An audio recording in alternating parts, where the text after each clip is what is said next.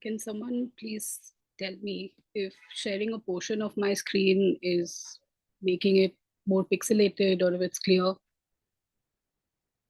Yeah, it's clear. Okay, thank you. The host, can you please make me a co-host?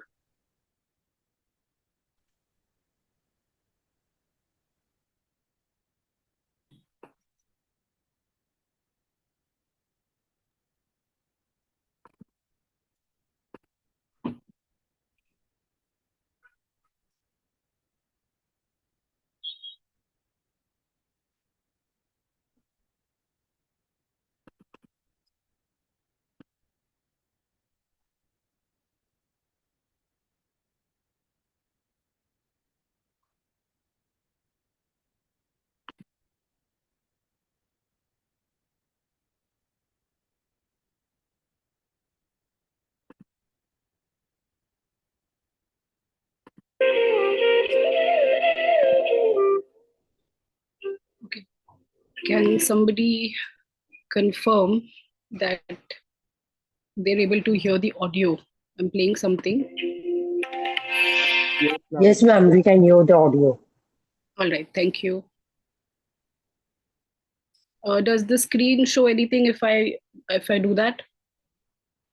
No, it is clear. HSNC University induction is Okay. showing. All right. Yeah. Thank you.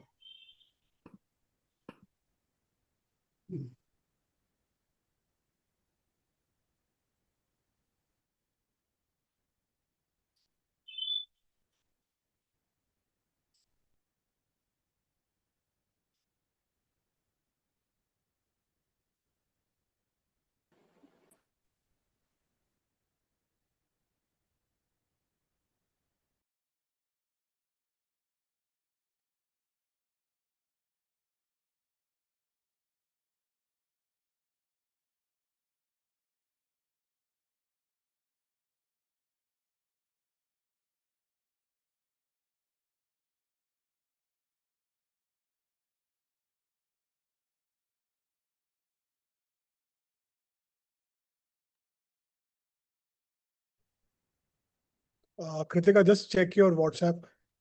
Okay. Will do.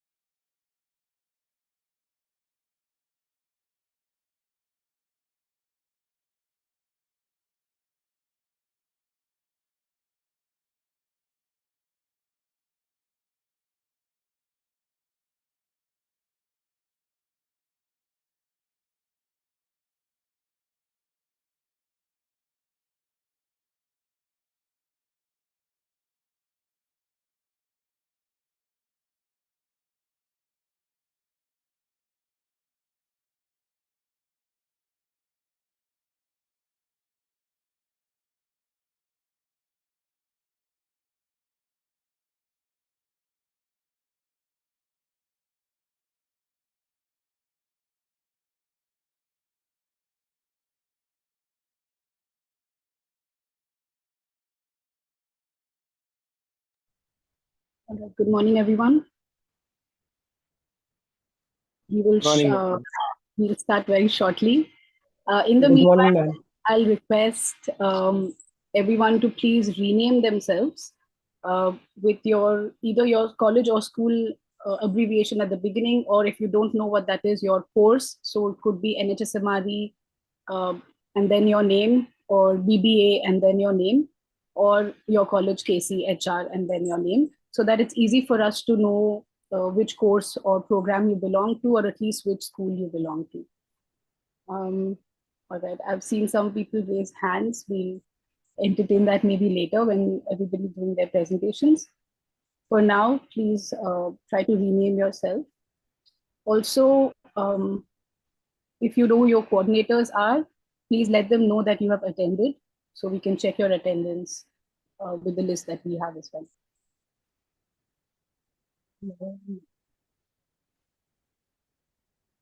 Just to apprise everyone, in about, let's say, 5 minutes from now, we will also take a picture, like a screenshot, but I would like most of you to be visible. So make sure you're presentable, you're able to keep your camera on. 5 minutes from now, not immediately. So you can, get yourself ready, get your surroundings ready for that.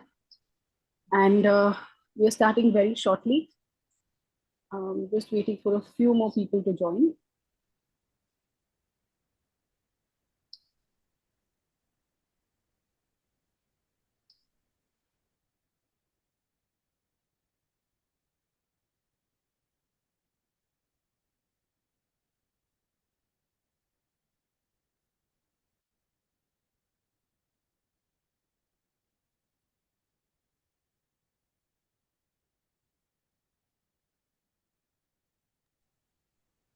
All right. I got a message saying that we're not able to rename, but I see that you've been able to rename yourself. So I think that's sorted.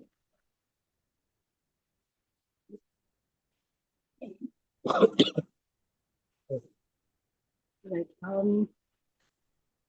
Professor Lena, are you around? Because I think yours is the first presentation. So I'll just check. Hi, Katika. Good morning. Yes, I'm very much here. Thank you so much. Thank you so much. So I think we can begin. Dr. Mankani, should we begin the proceedings for the day? Yes, let's go ahead. Start. All right. Thank you so much. Good morning, everyone, and thank you so much for joining us online. A very warm welcome to all our wonderful participants who are joining from their houses, and all the heads, dignitaries of the university who are also making sure that they're able to join online. Welcome to the second day of the Master Induction Series 2026 of HSNC University, Mumbai. And first of all, I would like to reinstate that in case you have not renamed yourself, all the student participants kindly rename yourselves with your batch name or your program name or your school or college name. So KC, HR, BBA, BCom, anything that suits you, just so that we are able to identify you. Other than that, we will be taking a picture very soon. So make sure that you're presentable in about 5 minutes. We'll start the proceedings today with a national anthem followed by the national song. For that, I request everyone to kindly mute themselves. I will play the national anthem and the national song. I request you to kindly rise at your residences to pay respect. Thank you so much. I'm playing it in about 2-3 seconds.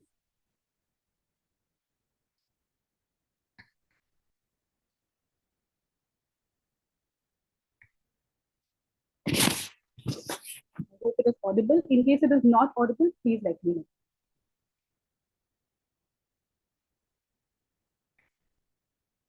जनगण मन अधिनायक जय हे भारत भाग्य विधाता पंजाब सिंध गुजरात मराठा द्राविड उत्कल बंगा विंध्य हिमाचल यमुना गंगा उच्छल जलधि तरंगा तव शुभ नामे जागे तव शुभ आशीष मागे गाहे तव जय गाथा जन गण मंगलदायक जय हे भारत भाग्य विधाता जय हे जय हे जय हे जय जय जय जय हे.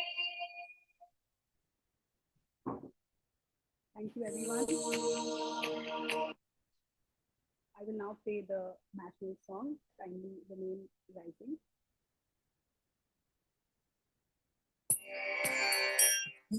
वन्दे मातरम् वन्दे मातरम् सुजलां सुफलां मलयज शीतलां सस्य श्यामलां मातरम् वन्दे मातरम् शुभ्रज्योत्स्ना पुलकितयामिनी पुल्लकुसुमित द्रुमदल शोभिनी सुहासिनी सुमधुर भाषिणी सुखदां वरदां मातरम् Vande Mataram Vande Mataram. Thank you, everyone. You may now keep yourself.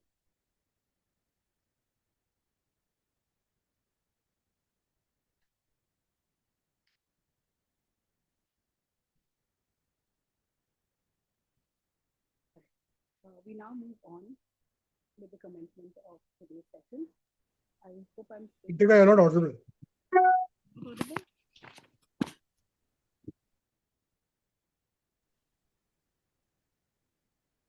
Yeah, try now. Just move closer to the mic and see. Is this better? Better, but still a little faint. Oh, okay. All right. I'll just try to. It's okay. It's okay. Now it's okay. Now it's okay. All right. Thank you so much, everyone. And thank you for joining us online. I will now request everyone to please switch on their cameras so we can take a group photograph. I hope we have tech support. We have Rajshri to take the screenshot, the picture. Dr. Mantani, is Rajshri taking the picture for everybody? You told him, na, to take the picture? Okay, let me just. Okay. I'll contact him. Yeah. Your voice is very faint. It's better just see something. Something wrong with my network, maybe. I'll just check. In the meanwhile, I request everyone to please switch on their cameras.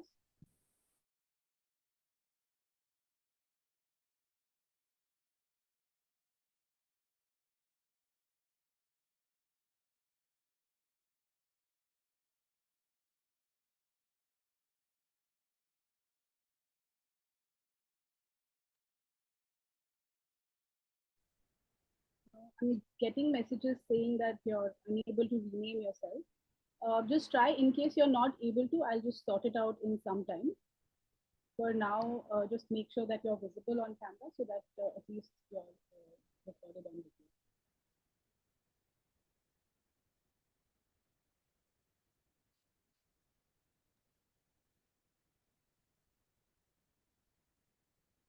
Professor Leena, will you be sharing the PPT from your end, or is the tech team helping you? Kritika, I've already shared the PPT with the tech team and with you. You've been copied. So, I mean, I also have it open here. In case you run into a trouble, I can always do it.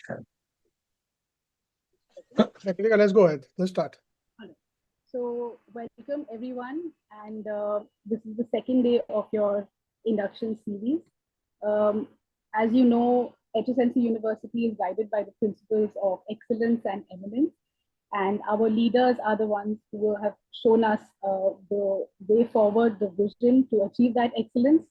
On Saturday, most of you may have heard our very dear Vice Chancellor, Colonel Professor Hemlata K. Bagla, talking about her expectations from every new HSNCian and how she expects you to make a change in society, make a change in people's lives.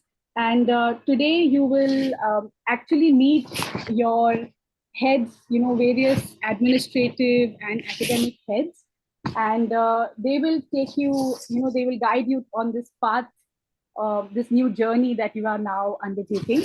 So, beginning today's proceedings, I invite the Dean of Faculty of Interdisciplinary Studies, Professor Leena Pujari, to please familiarize the students with the code of conduct. And sorry. And I want to know actually first from the students, if any of the students can first just tell me what they understand by code of conduct. In the meanwhile, I'll just, Professor Leena, can you just check with Raj if she's ready with your PPT? Let me just find out what the students understand first of all by code of conduct. Ritika, if you give me sharing rights, I can just share from my end. Okay, I'll just check if I. One sec, wait, I'll just call Raj. Because I'm not the host, I don't. Yeah, I'll do it. Give me. If you want, I can stop sharing from my end if that helps. Just let me know. So yeah, Raj, what do you understand by code of conduct? Anybody who's willing to answer? I'll check the chats also. The rules and regulations.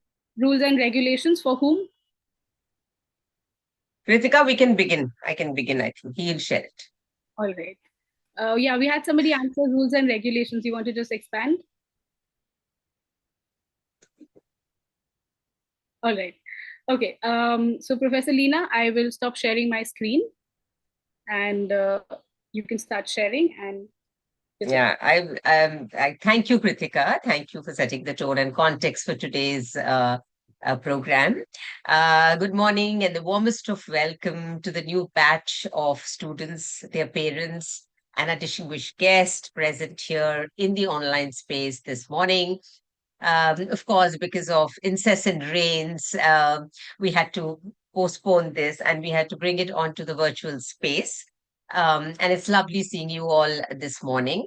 Well, as you enter a new chapter of your life, begin a new journey, and step into a new campus, we all take pride in not just welcoming you into HSNC University, but also to familiarize you with the ecosystem at our university, at our campus.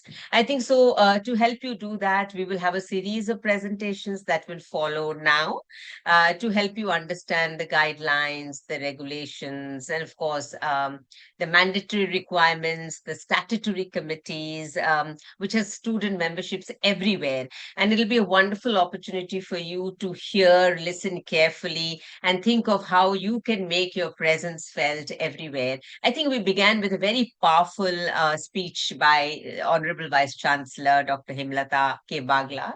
And most of us today who will be talking to you will build on that. And one of the things that she said was, of course, you should not be just a student. You need to be very proactive, active citizen right here on campus. You need to add that bit, make a shift somewhere, and that will make all the difference. I think that is what you need to be aiming for. And you are the most important constituencies in any campus, right? There are several, your parents, you, teaching staff, non-teaching staff, but I always say students are the most important of all of them. And without your cooperation, without your support, we cannot really do what we want to do, which is usher in a lively, vibrant, and inclusive campus. Now, every university, every college, every campus of higher education will have certain guidelines, will have a code of conduct, will have certain rules in place, which actually reflects a lot about what the institution is made up of. What we are going to do now in just like the next 7-8 minutes, I'm going to take you through some of those. I don't think it's possible to exhaust all. You will find a copy of that on the website. Whenever you want, you can just see. It's important that you all see it, go through it well, and absorb it well, because that's going to help you to be a lively, wonderful, and proactive student on campus. So may I request the tech team to please share the PPT.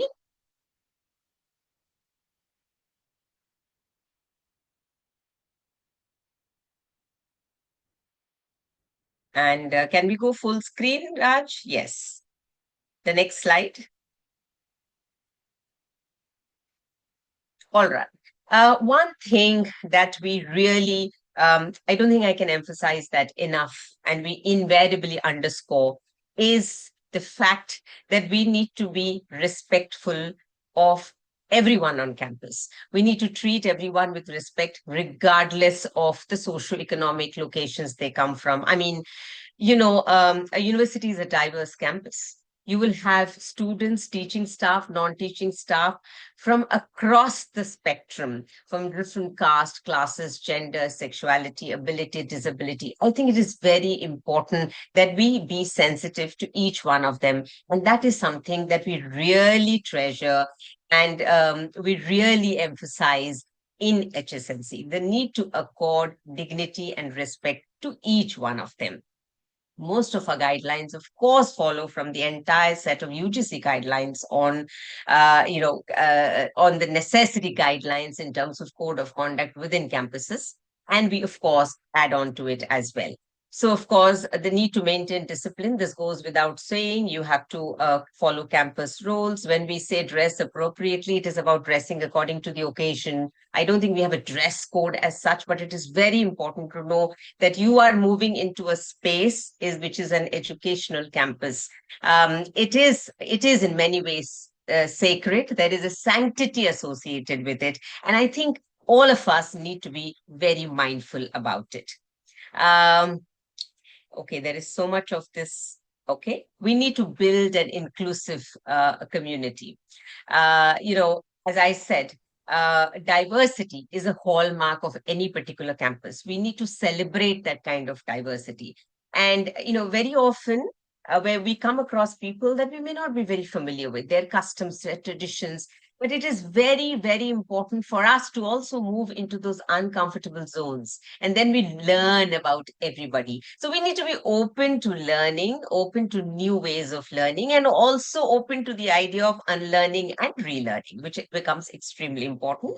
Can we move on to the next slide, please? Yes, about a very important component of your identity on campus, which is your identity card. You will receive your identity cards in some days as soon as you join the campus.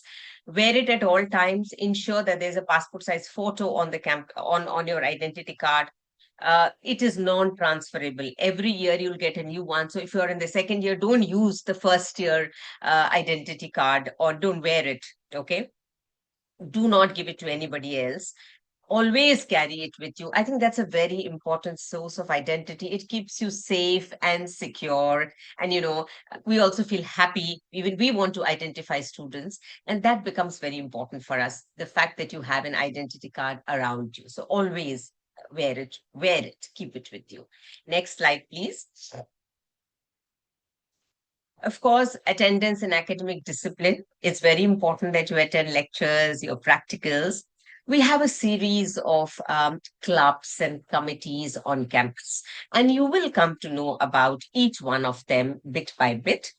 Participate in those activities. And when you participate, your attendance, very often we award credits also for participation. And that goes into your CV, that goes into your ABCID, and it is something that is extremely important. So participate in all campus events. Of course, attend your lectures. Attendance is very important. If your attendance falls below a certain limit, there can be, it may invite disciplinary action. So I think lectures are very important. You need to attend lectures. Of course, a lot of learning can happen outside the classroom, but your lecture learning is something from where you will take away, there'll be significant takeaways. And it's important to understand how and why a classroom becomes important. Perhaps information is something that you will get at the click of a button, but knowledge is something that you will get in the classroom. So learn to make a distinction between the two and be there in the classrooms. Yes, next slide, please. The campus is yours, right?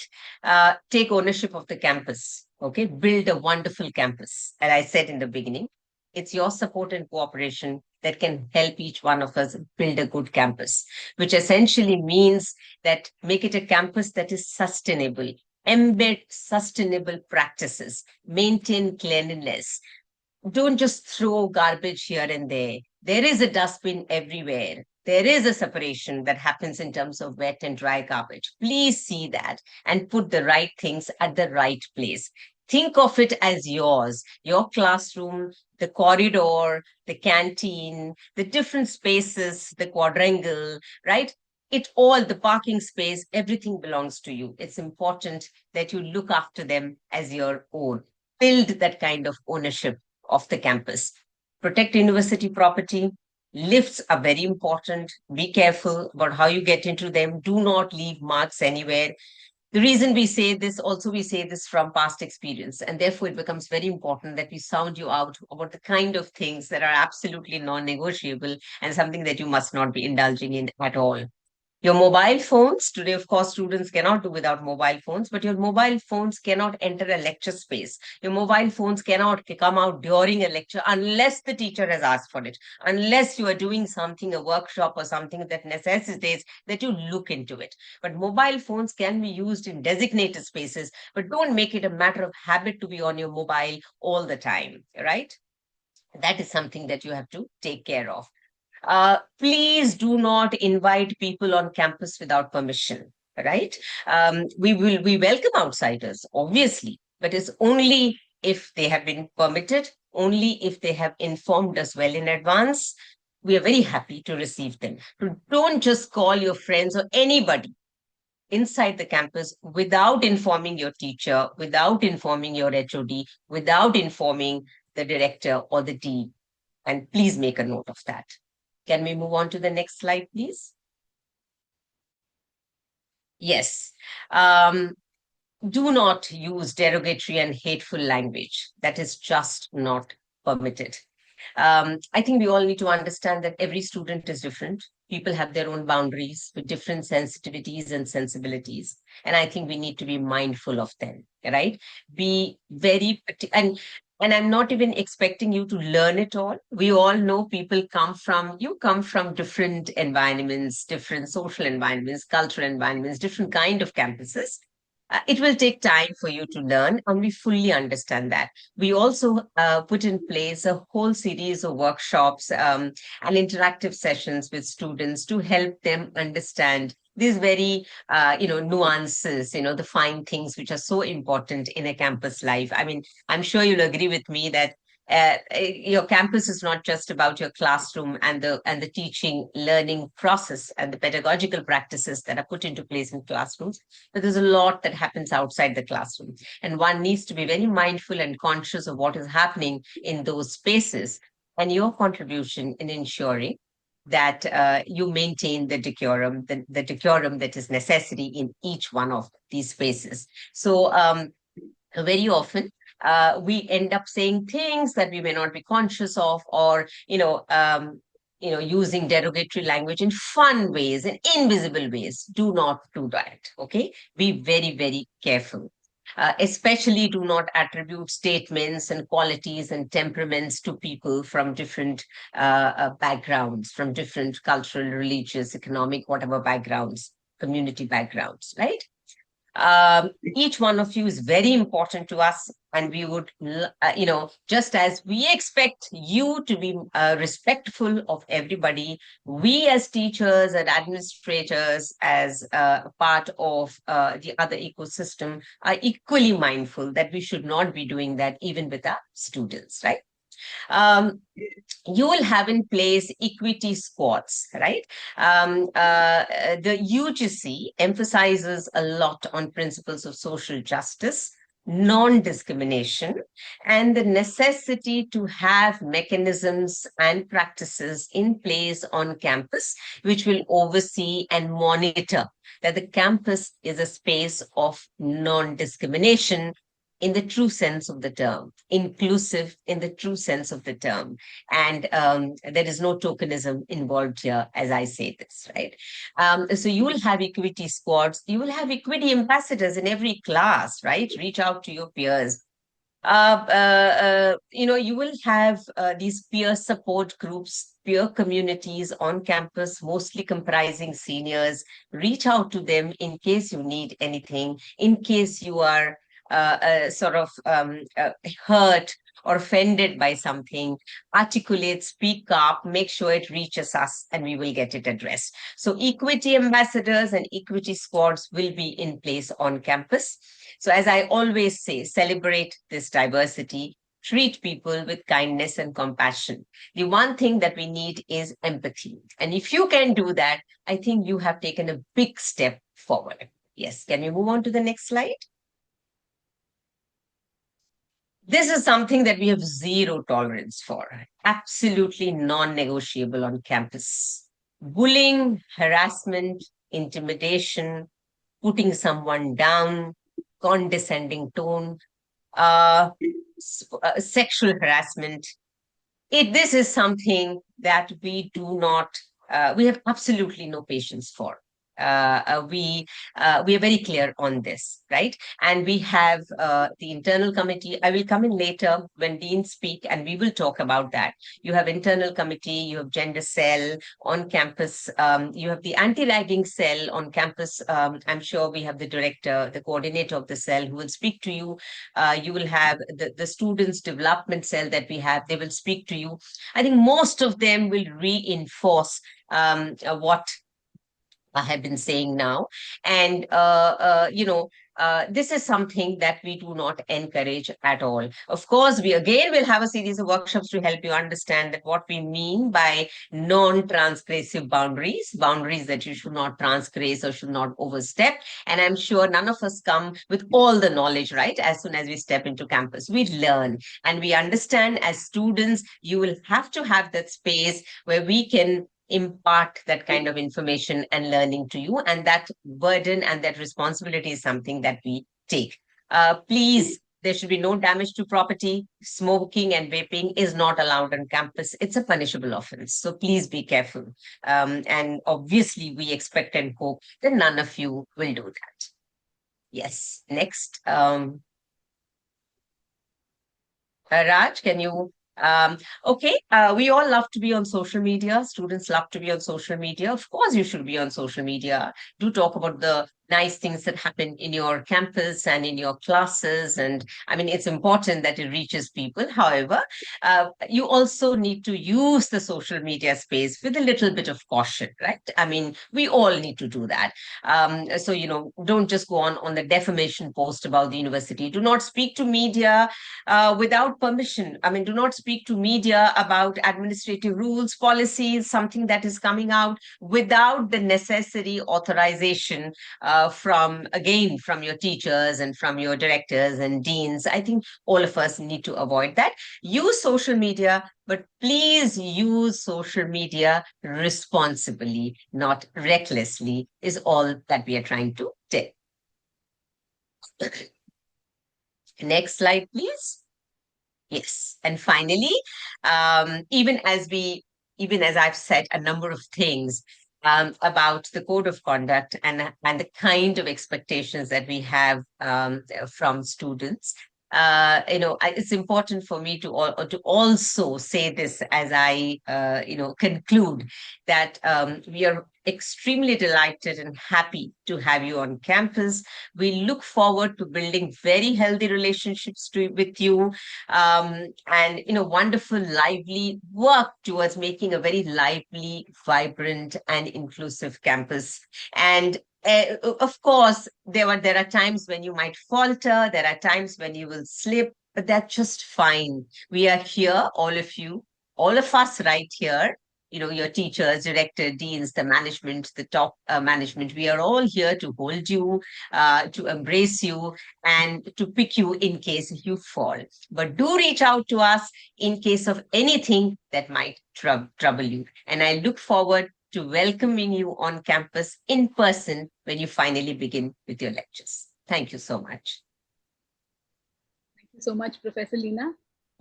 And I hope that the students, realize that when we tell them about these codes of conduct, it's mainly to enable them to enjoy a safe environment.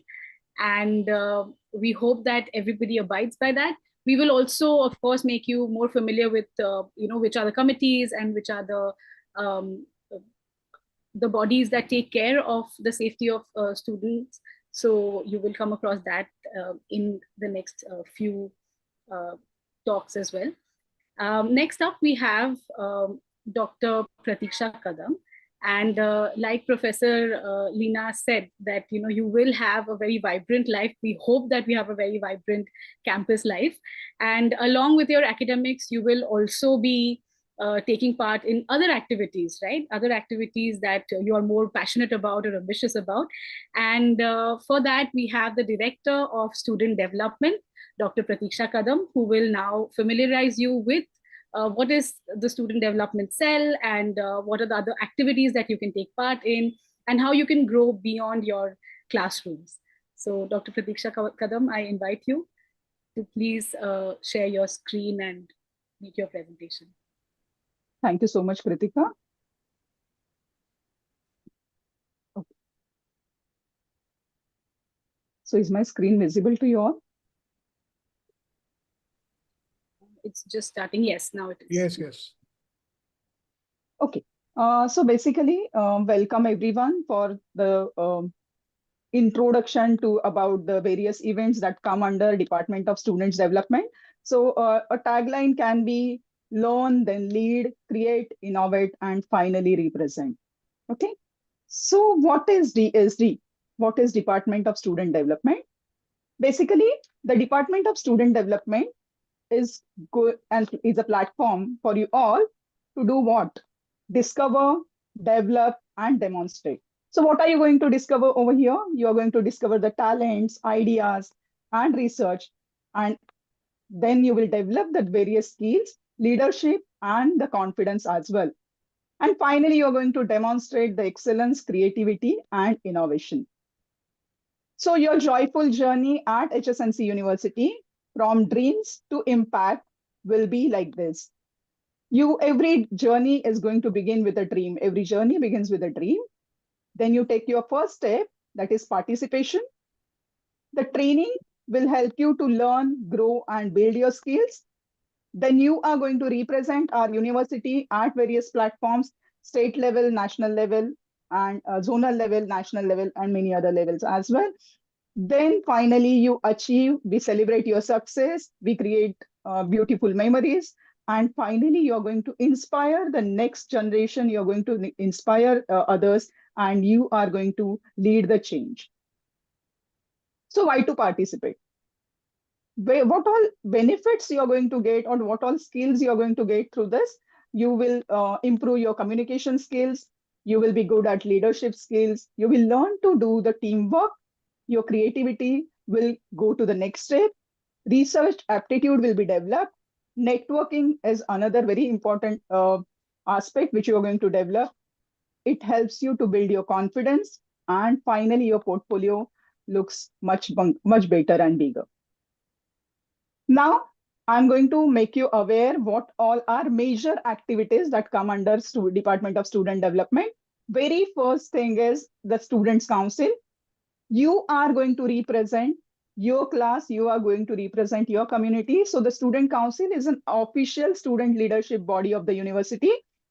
These members are called as VC ambassadors, Vice Chancellor's ambassadors as well. So who all will be joining this Student Council? The class representatives, representatives from various clubs like NCC, NSS, cultural, sports, etc. One female representative for the representation of females, and one representative from reserve category as well. Then why are you supposed to join it? So you're going to get the opportunity to lead university activities. You will be playing a vital role in organizing different events. You will get a chance to work with faculty members and university administration as well. And in turn, you're going to build the professional skills as well. Okay. Now we move on to the next part, that is cultural opportunities. So broadly, these opportunities are cultural, research-based, and student council. In the cultural activities, from university level performances, you will go to state level, then zonal level. And once you get selected in zonal level, you can also get a chance to represent our university, or rather represent state of Maharashtra at national level as well. So for the first time, university is announcing its youth festival, that is Yuvantar. And this year we are going to hold Yuvantar in the month of August. We are going to conduct it. Then those who will be the winners of Yuvantar, and few more who could not attend Yuvantar but are interested in representing and have interested in representing university and have those skills, or they are very good at some cultural skills, then they will represent our university at state level in state level youth festival, that is called Indradhanusha. After that, there is All India University West South Zone Youth Festival, and we also take part in those youth festivals as well. So one by one, I'll make you aware how those things will be. So in Yuvantar, we are going to keep the competitions similar to the state level and national level forums, so that the teams which are ready with us, who are going to represent HSNC University, are the best teams. So this will be our Yuvantar this year, Yuvantar 2026. The different categories will be music, dance, theater, literary arts, fine arts, and short film as well. So you all are invited to take active part in this Yuvantar, which will in the later take you to the Indradhanusha, zonals, and maybe nationals as well. So we'll move on to Indradhanusha. These are some of the participants who have represented university prior. Again, in Indradhanusha, this is Maharashtra State Inter-University Youth Festival, in which there are again the similar categories. And see the journey of Indradhanusha. How do you travel Indradhanusha? You register, then your auditions are taken place, then the selection will take place. We give rigorous training. Your teachers and head of the departments also cooperate with us. So during the trainings, they also make you free sometimes when there is a requirement of rigorous training when the events are closer.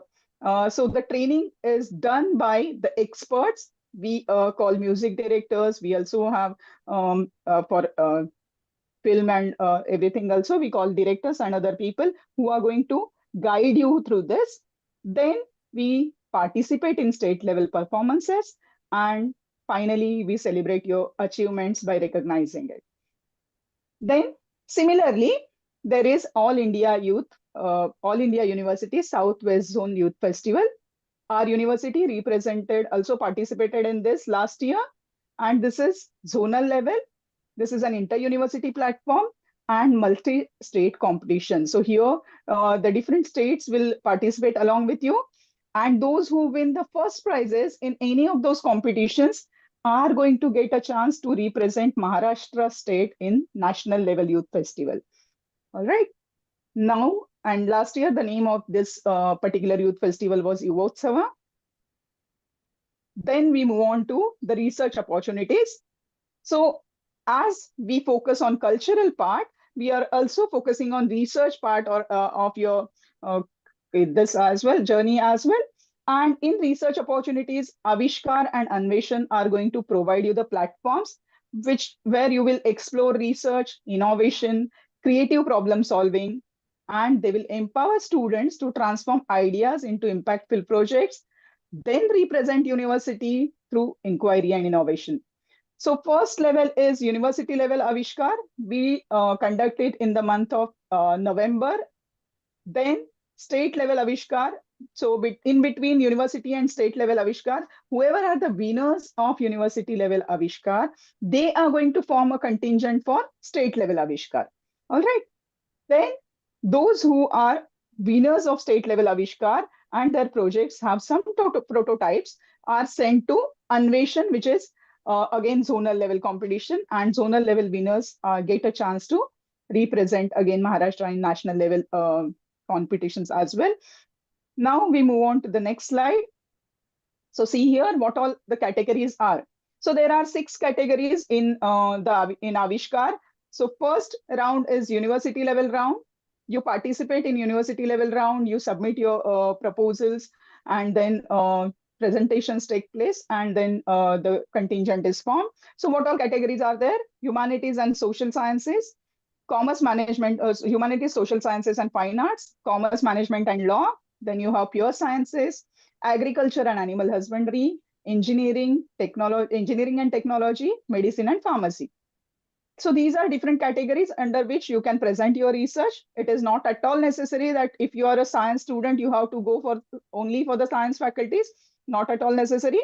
So wherever your research falls in, of course, we will guide you, because in humanities, social sciences and fine arts, if your even if your research falls in that particular area, but if you're going to use technology in it, then you are not supposed to apply over there. So that all that mentoring part will be done later. So these are the opportunities. What are the levels at which you can participate? So undergraduate students can participate, postgraduate students can participate, and third is PPG, that is postgraduate, that is PhD students, research scholars can also participate in this particular Avishkar. Okay, then how the platform is? The platform is for research projects, innovations, social solutions, and scientific thinking. After this, when the contingent is formed, see, the winners of university level Avishkar will form the contingent which will represent HSNC University Mumbai at state level. Again, the categories remain same. So we keep the same categories in university level also, so that you get an idea what exactly is to be done in the next levels as well. Again, the levels are similar. And we must tell you that it is not at all necessary. As I told you, this is one picture which you will be able to see. This is a student who is from data science and had presented her research under the category of agriculture and animal husbandry, and she has won the first prize at state level Avishkar. So this is how it is not at all necessary. Whatever is your field, you will only be able to present there. It is not so. Then the Anveshan. Anveshan is All India University West Zonal Research Competition. In this, original research studies are required. Innovative models and prototypes are more appreciated over there. Product designs and applications should be there. Community-based interventions, technology-enabled solutions, interdisciplinary projects addressing real-world challenges, and socially relevant sustainable innovations are more important over there. And categories vary a little bit. There are the categories like basic sciences, engineering and technology, health sciences, agriculture and allied sciences, social sciences, and interdisciplinary innovations. And levels again remain the same. So you all will be able to participate in this. Now, journey to Avishkar. How your journey is. Your idea, you will discuss with your teachers and all. Then you bring one project. Your project will be mentored by your guides. You present that project, and then you participate in the different levels of Avishkar. And finally, we celebrate your achievement. We recognize your achievements as well. So this will be your journey to Avishkar and Anveshan. Now, every effort deserves the recognition. Apart from these, there are different competitions as well. Some of the competitions are elocution competitions, state level elocution competitions also. As and when those competitions are declared by the Raj Bhavan or Lok Bhavan now, we intimate you all and you can participate in those competitions. Last year, one of our students had won the first prize at state level elocution competition as well.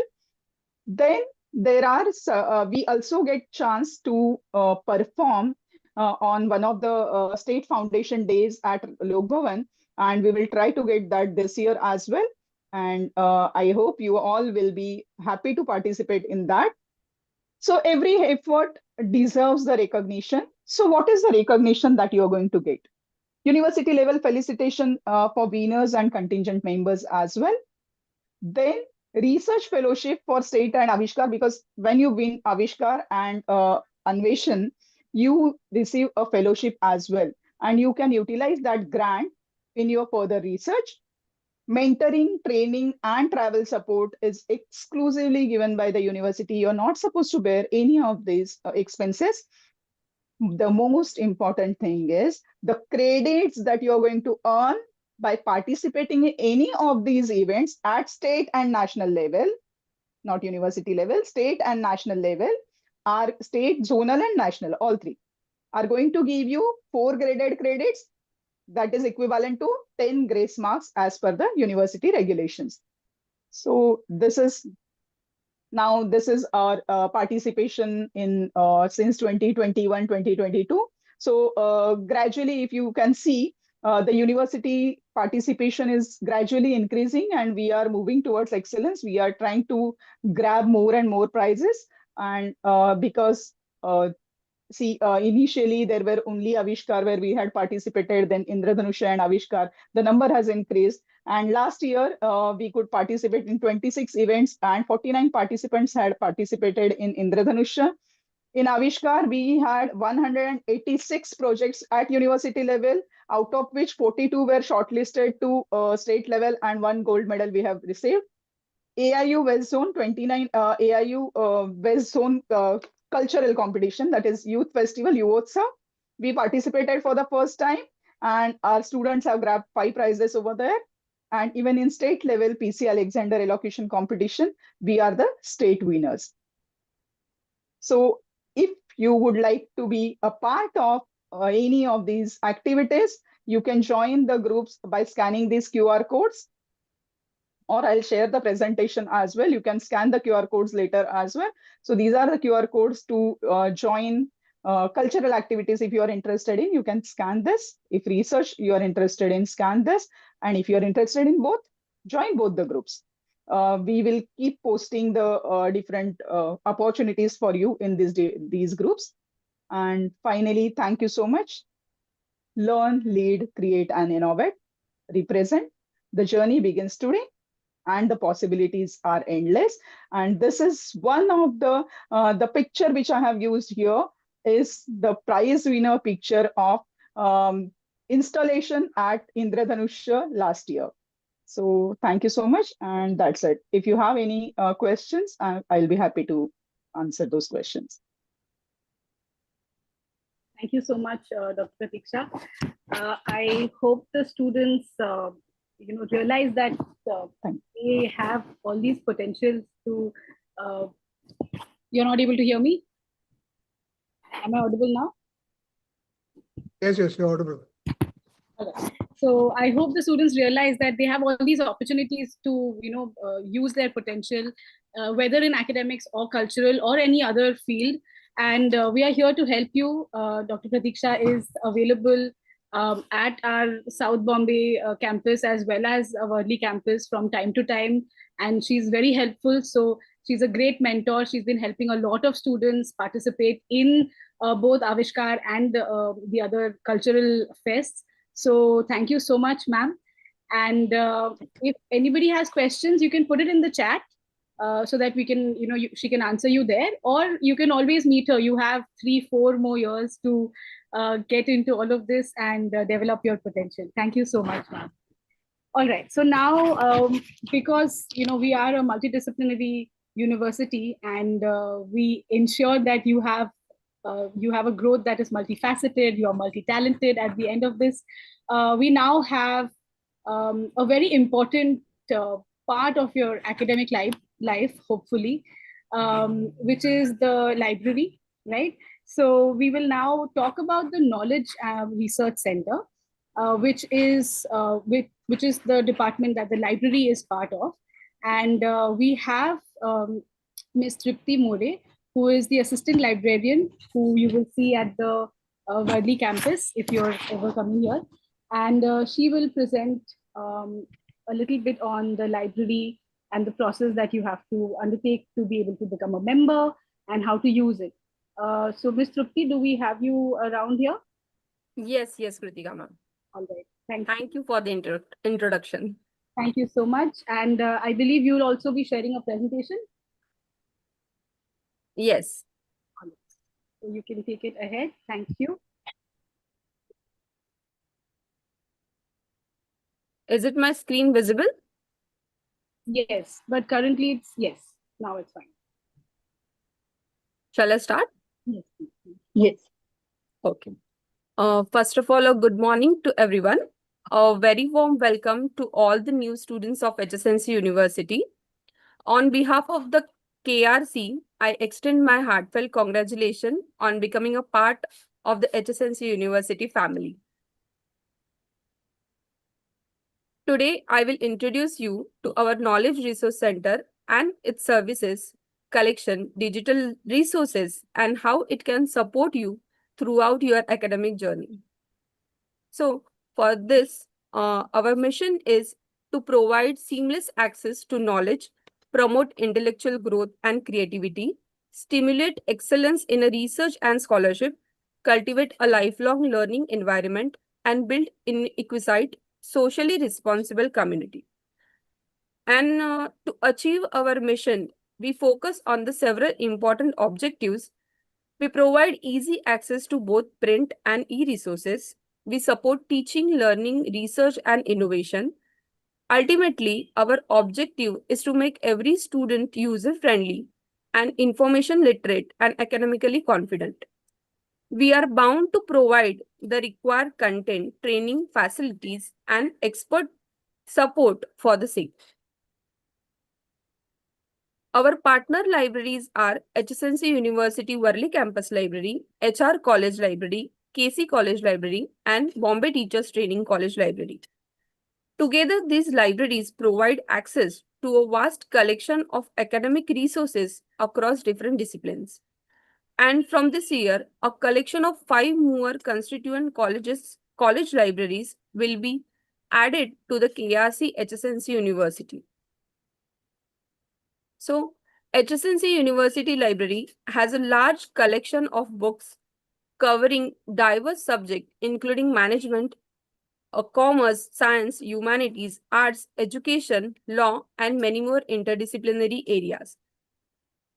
Across all campuses, we have nearly 1.6 lakhs books, 97 print journals, 8 subscribed databases, 35 newspapers, and more than 2,000 additional learning resources. So every bona fide student is a member of the library, and once they have registered, you will receive your credentials to access the print and e-collection of the library. You can always recommend a book journal if it is not already in the library collection. And for visually challenged students, KRC have developed a software with which one convert their notes into a braille, audio, and visual format.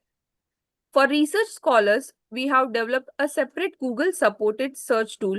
All these tools are available on our website.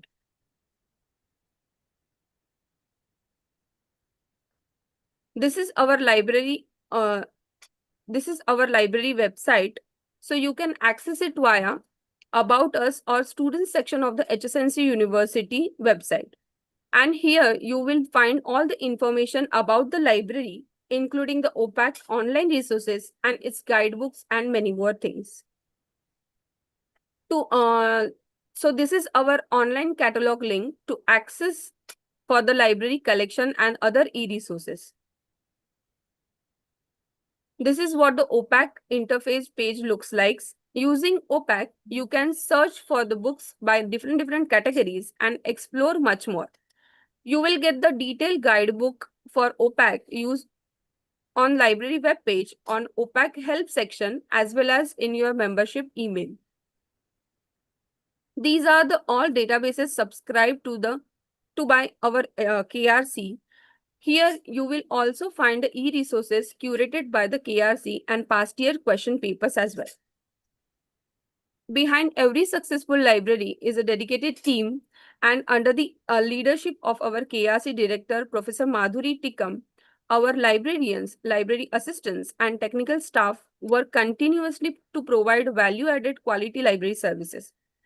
So contact us for any information needed and doubts. Our team will always be happy to guide you. As your academic needs grow, you will discover that the library provides authentic, reliable sources are much more authentic than the random internet searches. So read beyond your syllabus, do visit the library regularly, and develop the habit of independent lifelong learning. So lastly, once again, we warmly welcome you all to the HSNC University Mumbai. We look forward to supporting your academic journey and helping you achieve your goals. Wish you all the very best for your successful and enriching academic career. Thank you very much. Thank you so much, Trupti ma'am. And how do these students join the library? They will be able to get a Google form. They need to come to the library. They'll need to come And to the library. yes, definitely. Okay.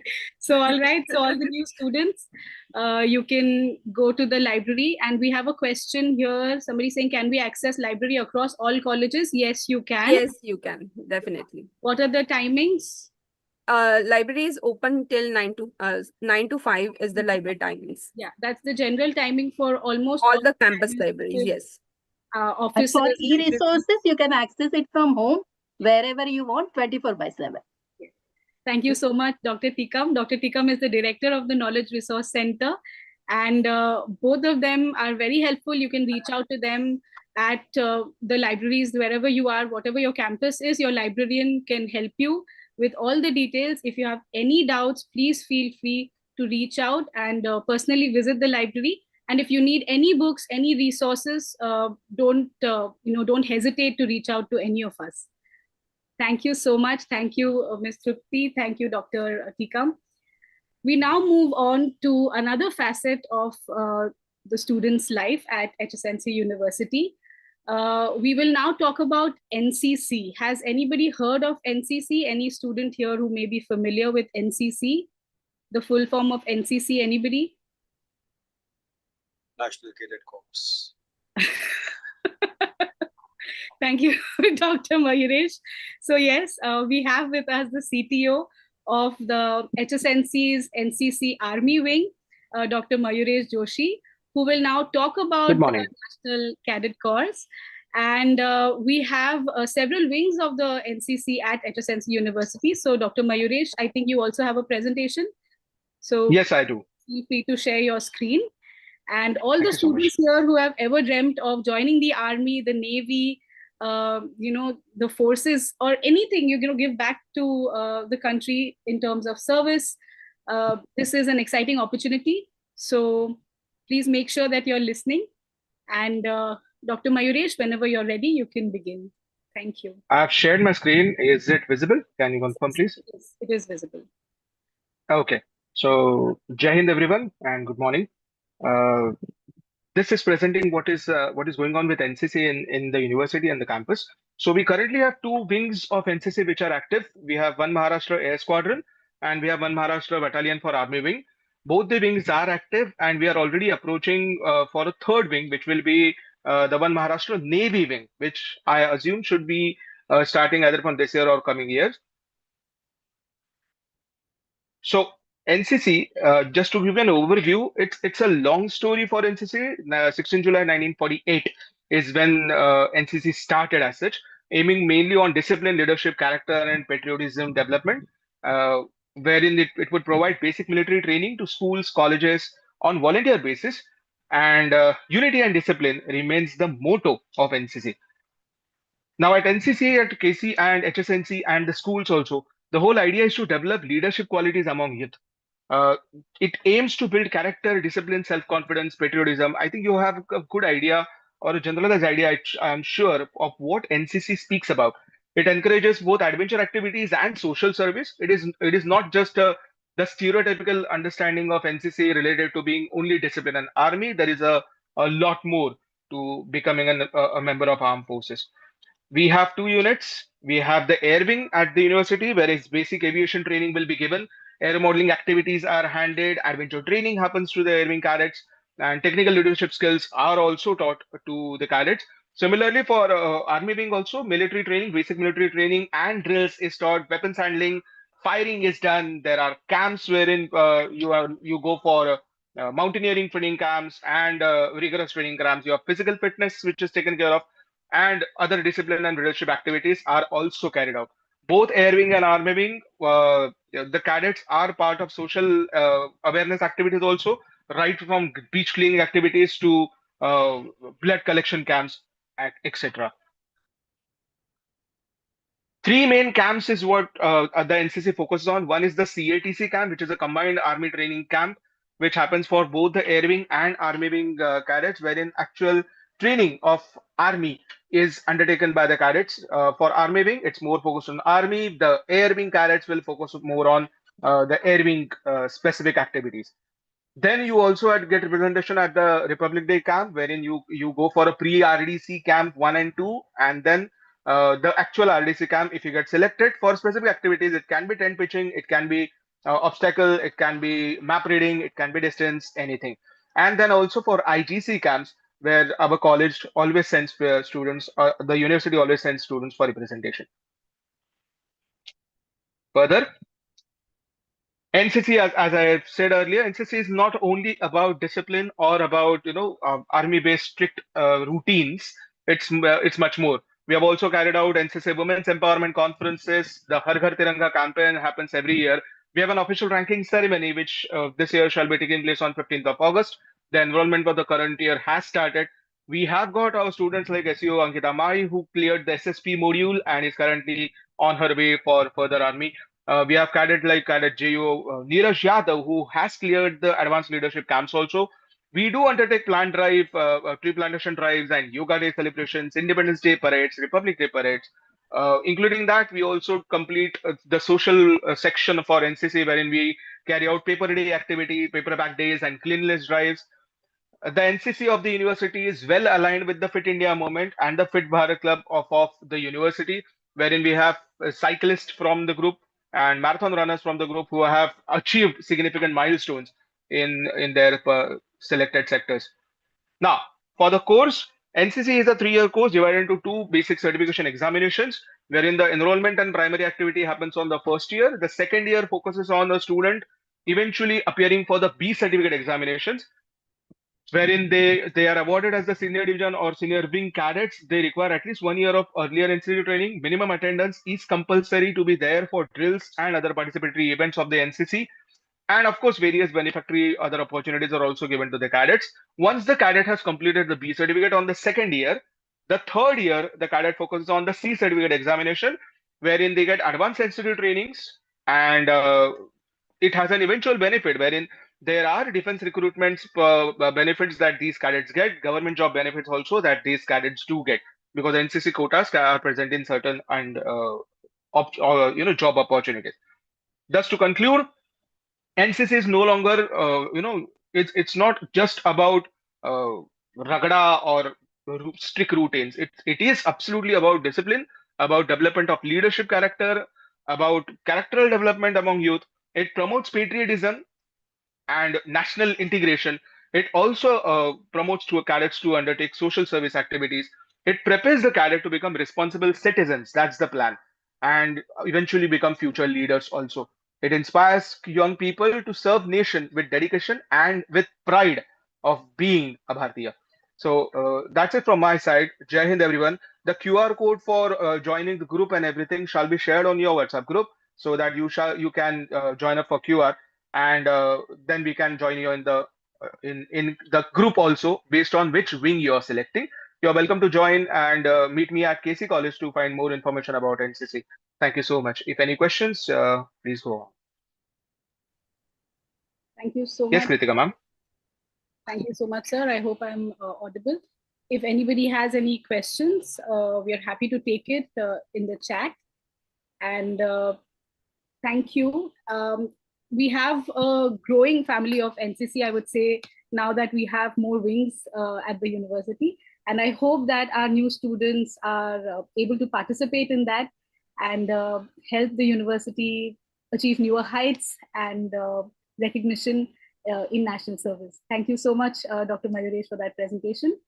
We now come to a facet that I think is most important for all of you here in your student life, at least. And I hope that all of you, I mean, I know a lot of you have switched off your videos, which is fine, but I hope that you're taking notes, okay? Because the next person who is going to come and talk about the next facet is very, very important. We are going to now talk about or learn about the examination and evaluation at HSNC University. And we have with us the chairperson of the exam committee of university schools and also the deputy registrar of HSNC University, Dr. Sachin Pimple, who has kindly taken out time to give us this presentation on examinations and evaluation. Dr. Sachin, thank you for joining us.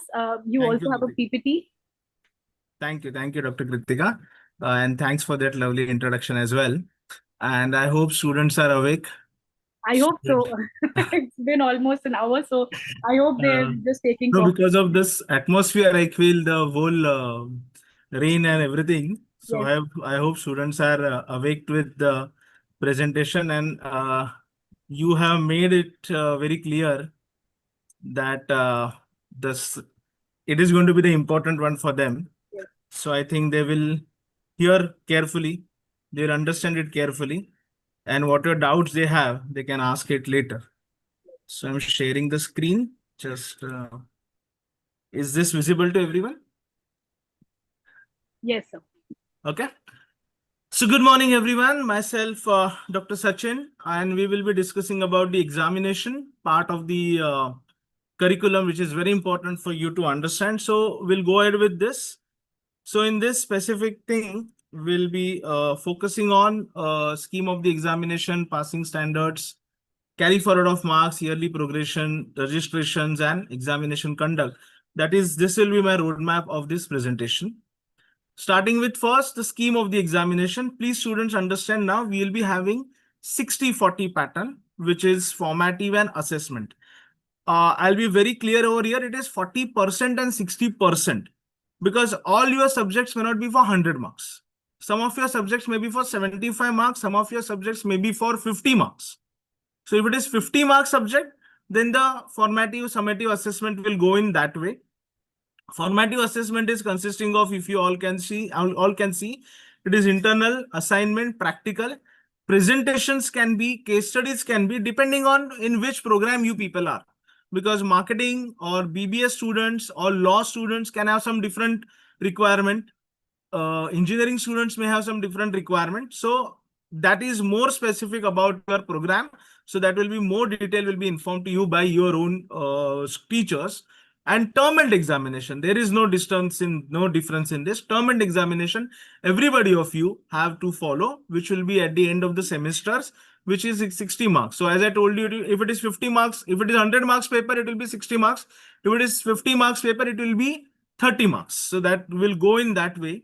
However, there can be exceptional subjects to this where only internals are there, or where can be only external, that is only formative is there or only summative is there. That will be specifically told to you by your own teachers, like subject like performing arts, where practicals are very much important, where your internal things are important. When you go to the last year, the concept comes about dissertation. That is nothing but the thesis, or the not thesis specifically, a project. So that project where internals are very much important. So that way you have to be very careful. In general, it is 40-60. This will not change. This slide is applicable to everybody, whoever you are from. And this is about your, this is about your passing percentage. 40% minimum passing required. And I have written separately in formative, separately in summative. The reason is that if you pass in formative examination, you have to pass separately in summative examination. So in your school days, if you remember, there can be total of the all exams happening from unit test, first unit test, second unit test, midterm and all, and the total marks you have. No, here it is not about total.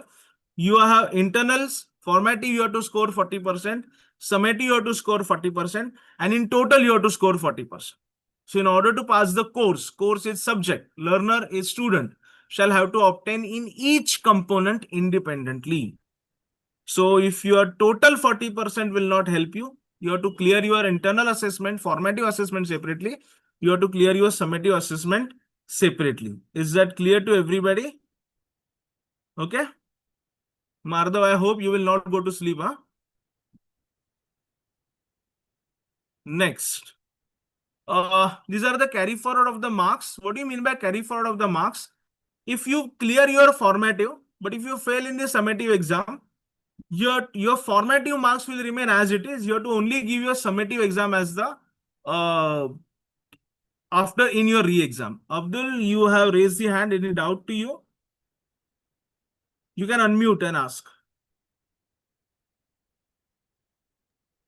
Yes, Abdul. Sir, in which slide you showed previously, in that my understanding is that we have to score totally 80% for No, no, no, getting no. that, right? No, no, no. It is not total 80%. See, Abdul, what happens?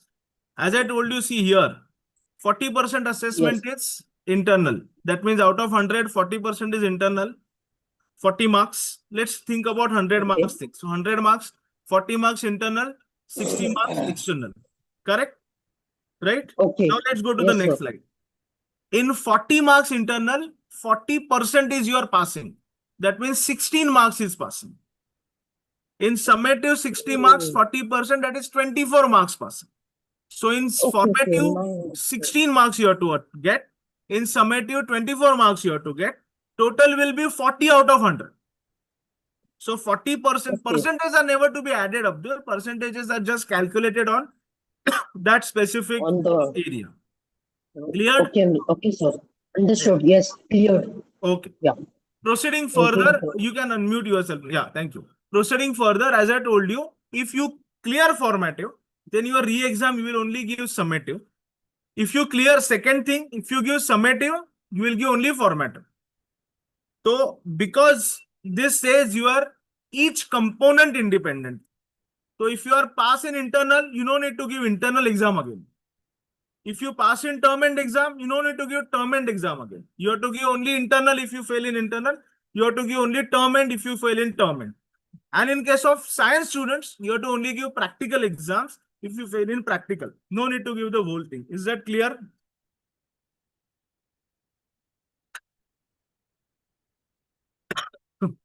Can I proceed? Please understand. If you can see on the top of the slide, it is written for NEP students. That means it is applicable to everyone except law students. Do we have law students here? LLB, BA LLB, BBA LLB students. So LLB, BA LLB, BBA LLB student, stop your understanding now. This is not applicable to you. This is applicable to all other programs. Which are all other programs? BBA, BMS, BTech, Performing Arts, Liberal Studies, Data Science, MSc or BSc, Actuarial Science, Sound Engineering, BA Music Production. All these programs go with this. Understand this carefully. Law students, please don't understand it. It is not for you till now. I am repeating. For all students except law, your passing is like this. First criteria, it is simple criteria. You have to score minimum 50% of the total. Answer is simple. Those who are having 40% वाला sir आपने पहले 40% बोला था अभी 50% बोल रहे हो. I am talking about progression next year जाने के लिए. 40% for every subject. Her subject में मिनिमम 40% मिलेगा, पास हो गए. बट नेक्स्ट ईयर जाने के लिए मिनिमम कितना परसेंट होना चाहिए? 50%. अगर नहीं हो रहा है, if I'm not getting 50% marks, am I fail? Will I remain in the same class? All my friends will go ahead. I will be there only. I will stuck there. No. You have another way out. What is the another way out? Total credits shall be minimum 12. Now, what do you mean by credit? Every subject, जब आप subject clear करोगे, उस subject के credit आपके credit bank में जमा होंगे. On an average, 100 mark subject has 4 credits. 75 mark subject has 3 credits. 50 mark subject has 2 credits. And 25 mark subject has 1 credit. This is in general. There can be exceptions as I told you earlier. So if you clear 100 mark subject, 4 credits are cleared in your bank. 4 credits आपके bank में जमा हो गए. तो those 4 credits एक बार आपके bank में जमा हो गए. Totally in each semester, there shall be minimum 12 credits. So you are clear in that semester. दूसरे semester में भी minimum 12 credits. 12 plus 12, 24 credits हो गए. I can go ahead. मेरा टोटल 50% नहीं रहेगा, चलेगा। एस्केप रूट है, मुझे 50% मार्क्स नहीं मिल रहा है, चलेगा। 12 क्रेडिट्स मिल गए, I can go ahead, I can proceed. Everybody of you understood except law students? Is that clear to you? Okay, great. Now law के लिए अलग क्या है? What is different? For law, there is every law student pay attention now. Rest program, yours over. Now for 2 minutes you can take rest. Law students understand BBA, BMS, data science, performing arts, liberal studies, actuarial science, sound engineering, MBA. It is not for you. It is only for BA LLB, BBA LLB, LLB. उनका concept क्या है? They can have failure in 2 subjects. Each semester 2 subject में fail हो सकते हैं, आगे जाएंगे। तीसरे सब्जेक्ट में फेल हो गए, fail, stuck in the same semester, stuck in the same year. Rest friends will go ahead, you will be there. Cleared? Okay. There is one twist, there is one catch in this. What is that catch? Read the point number 3. ATKT allowed only once from 3rd year. मतलब क्या है? You have semester 1 2 KTs allowed. You have semester 2 2 KTs allowed. Can you go in 2nd year? Yes. 2nd year semester 3 you again have 2 KTs. Can you go in 3rd year? No. Why no? Because only 1 year KTs are allowed. या तो 1st year का KT allowed होगा, या तो 2nd year का allowed होगा, या तो 3rd year का होगा, या तो 4th year का होगा. Because BA LLB and BBA LLB are 5-year programs. So 1st year, 2nd year, 3rd year, 4th year, चारों में से एक ही ईयर में KT allowed है. क्रॉस KT है. क्रॉस KT मतलब क्या? You have semester 1, so 1st year you have KT, 3rd year you have KT. Cross KT. Can you go in 4th year? Can you go in 4th year? No, you cannot go in 4th year. Only 1 year KTs are allowed to. All law students understood? Every law student clear with this? This is applicable only to law, not for any other program. Cleared? Great. Okay. Now let's proceed further. Kushal, have you understood or you have any doubt? I see that you say that ATKT allowed only once from 3rd year onward. Yes.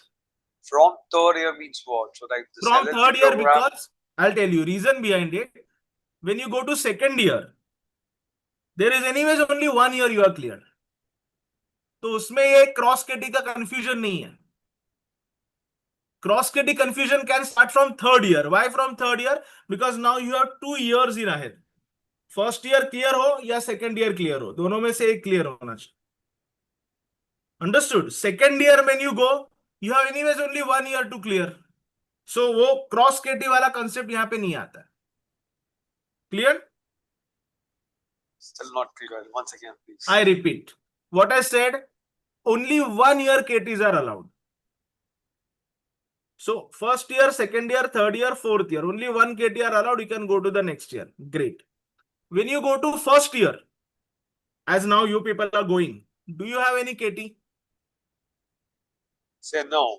No, because you are not even started. Great. When you go to 2nd year, can you have KTs how many years? You can have KT for the last year, last one. Only 1 year, na? That's what I'm saying. Only 1 year. Okay, I understand now. So that cross wala यहाँ पे confusion नहीं. There is no confusion getting created till now. Confusion will get created from 3rd year. Great. Clear with this? Well understood. Thank you. Okay. Now, next slide. This is now everything. Every student pay attention. Law, non-law is over. Law, non-law is over. Every student pay attention now. It is applicable to everybody. Only examination, yearly progression rules were different. All are clear. Whenever we have re-exam or ATKT exams are called as repeater exams or supplementary exams. Don't worry about the names. Terminologies may not be important. Whenever you are having any failure and you have to give that failure exam again, these are online forms. Our university is very much digitalized university. We have online forms. There are deadlines. If you miss that deadline, you will not be allowed to give your re-exam. I'm being very clear on the very first day of the orientation. Do remember, till the graduation, if you miss to fill online forms before deadline on any grounds, you will not be allowed to give exam again. Is that clear? It is online form. You can fill it at your home. You can fill it on your mobile. There is no big thing. It is a simple form, as if you are ordering from Amazon. It is as simple as that. You have to just tick on which exam you have to give. You have to pay necessary fees. That's it. Can you take out 2 minutes of your busy schedule and fill this form? Yes. If you miss to fill the form, you will not be given any chance further on any grounds. Okay. There's a concept of revaluation or reassessment we have. That is, if you are feeling that your marks are not as per what you have written, so you can go for the revaluation, no problem. Revaluation may increase your marks, may keep your marks as it is, or may decrease your marks. You can go for that, but that is also online. All the forms of the examination related will be online. You have to fill it before deadline. You cannot fill after deadline is over. Is that clear with everybody? Sure. And it is applicable to all students. Law, non-law doesn't matter. All students. Proceeding further, in case if you are a special student, in case of any LD, in case of any physical disability, learning disability, please submit your related documents at least 15 days prior of the examination, so that examination department can make necessary arrangements for you. Where you may require writers, that is scribers, you may require additional time, whatever is requirement, accordingly, as per the rules and regulations of the HSNC University and the Government of Maharashtra and Government of India, whatever rules and regulations, whatever norms have been there, we will follow. However, please submit your necessary documents at least 15 days prior of the date of the examination. And do remember, in the last point, line of both the boxes, it is written every exam you have to resubmit that. Those who are having any doubt in every exam, I can be very clear, because that disability can clear or you can have more. Like my hand is now got fractured. That is only for this exam. Next exam it may not be. That's why every exam your latest update shall be aware to the examination committee.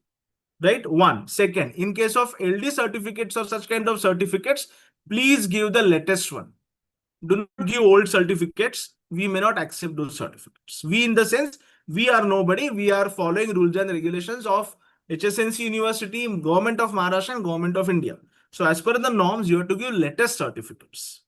So that is very much important if you are falling in any of this category in special cases. Very important. Please do not fall in any unfair means. Please, you may get less marks, no problem. You may get fail sometimes. I will still say, every teacher will say no problem, it happens. But don't indulge into any wrong practices. Please do not. Because if you can see this, the last, after the boxes, it is written, any alleged copy case will be reported to the Unfair Means Inquiry Committee of HSNC University and may lead to cancellation of your entire or particular exam. So that is very important. So for you go for 1 or 2 marks extra, or just worried about something and you do some wrong thing, it will have impact for lifetime. So please do not fall into such kind of phrase. Do not go in such kind of things. Be transparent, be honest, get your own marks. Do not fall in any kind of unfair means. Your mobile phones, smartwatches, earpods, Any smart calculators, any other kind of electronic gadgets are absolutely not available in the examination. Only transparent, it's not the notepad, it is the writing pad. Transparent stationery pouches, hall tickets only are allowed. I repeat, transparent notepad is, by mistake, it is notepad, it is writing pad. Only transparent ones are allowed, only transparent stationery pouches are allowed, only transparent things are allowed. Rest thing will not be allowed. Please do understand with this kind of things. Very important, even though it is thank you slide, but read what is written later. Rules and regulations of the examinations are governed by HSNC University Mumbai and subject to amendment from time to time. Those amendments will be informed to you. If any yearly progression pattern changes, यहाँ पे transparent pads लिखा है allowed है, maybe disallow होगा, maybe transparent stationery pouches disallow होगा. That everything will be informed to you. Don't say हम लोग को orientation में वो कोई तो सचिन सर करके आए थे, उन्होंने ये बताया, so we are following that. Yes, these are the rules as on 6th of July 2026. I'm not lying, or I'm not making you any false commitments, but if any amendments are there, if any changes are there, which will be informed to you, please do follow as and when those amendments are there. Is that clear with everyone? Shamika has some doubts, so please ask Shamika. Yes, sir. Actually, I wanted to know about that ATKT thing. So, was that only for that LLB students? Yes, or... yes. Shamika, stay away of it. Yeah, okay. You are not applicable to this. Okay, thank you, sir. Okay. Yeah. In fact, I will tell all students, whether it is law or non-law student, forget about ATKT, forget about minimum passing rules, forget about 12 credits, forget about 50 marks. Boss, you are in HSNC University, Mumbai, one of the leading university. You have to think about 80%, 90% rankings. Failures की क्या सोच रहे हो आप लोग? Failures के बारे में मत सोचो. वो स्लाइड नहीं समझेगा, बहुत अच्छा है, समझना भी नहीं हम लोग को, जिंदगी में उस स्लाइड में जाने का नहीं अपने को. We have to get good marks. Everybody of you scored good marks in 12th standard or graduation, wherever you wrote your last exam. Get the best of the marks. Forget about all these failure rules and everything. We have to inform you, but don't think about all this. Get the best of the marks. Everybody, all the best to everybody of you. Is that clear? Thank you so much, Sachin sir. Thank you, Dr. Kritika. Thank you. And as you have seen, all of our faculty members, all of our teaching and non-teaching faculty, they're very helpful. We are here to help you. And like Sachin sir said, we want you people to get 80%, 90%, higher GPAs, so that you are confident in yourself. But because of whatever reason, if you're unable to, or if you have any difficulty, like right now, it might be too confusing because it's the first time that you're hearing about these things. Now, over the months, you will get more used to what are credits, how you're supposed to keep the credits, what are these marks, what is the 40-60 division. So all of these things you will become familiar with. Thank you, Sachin sir, for taking out just your one time. thing, Dr. Kritika, just one thing. Students, kids, I am available at HSNC University Worli campus itself. So if you are having any doubts, issues, problems, queries, you can ask me anytime. Okay. Yes. Thank you. Thank you so much, sir.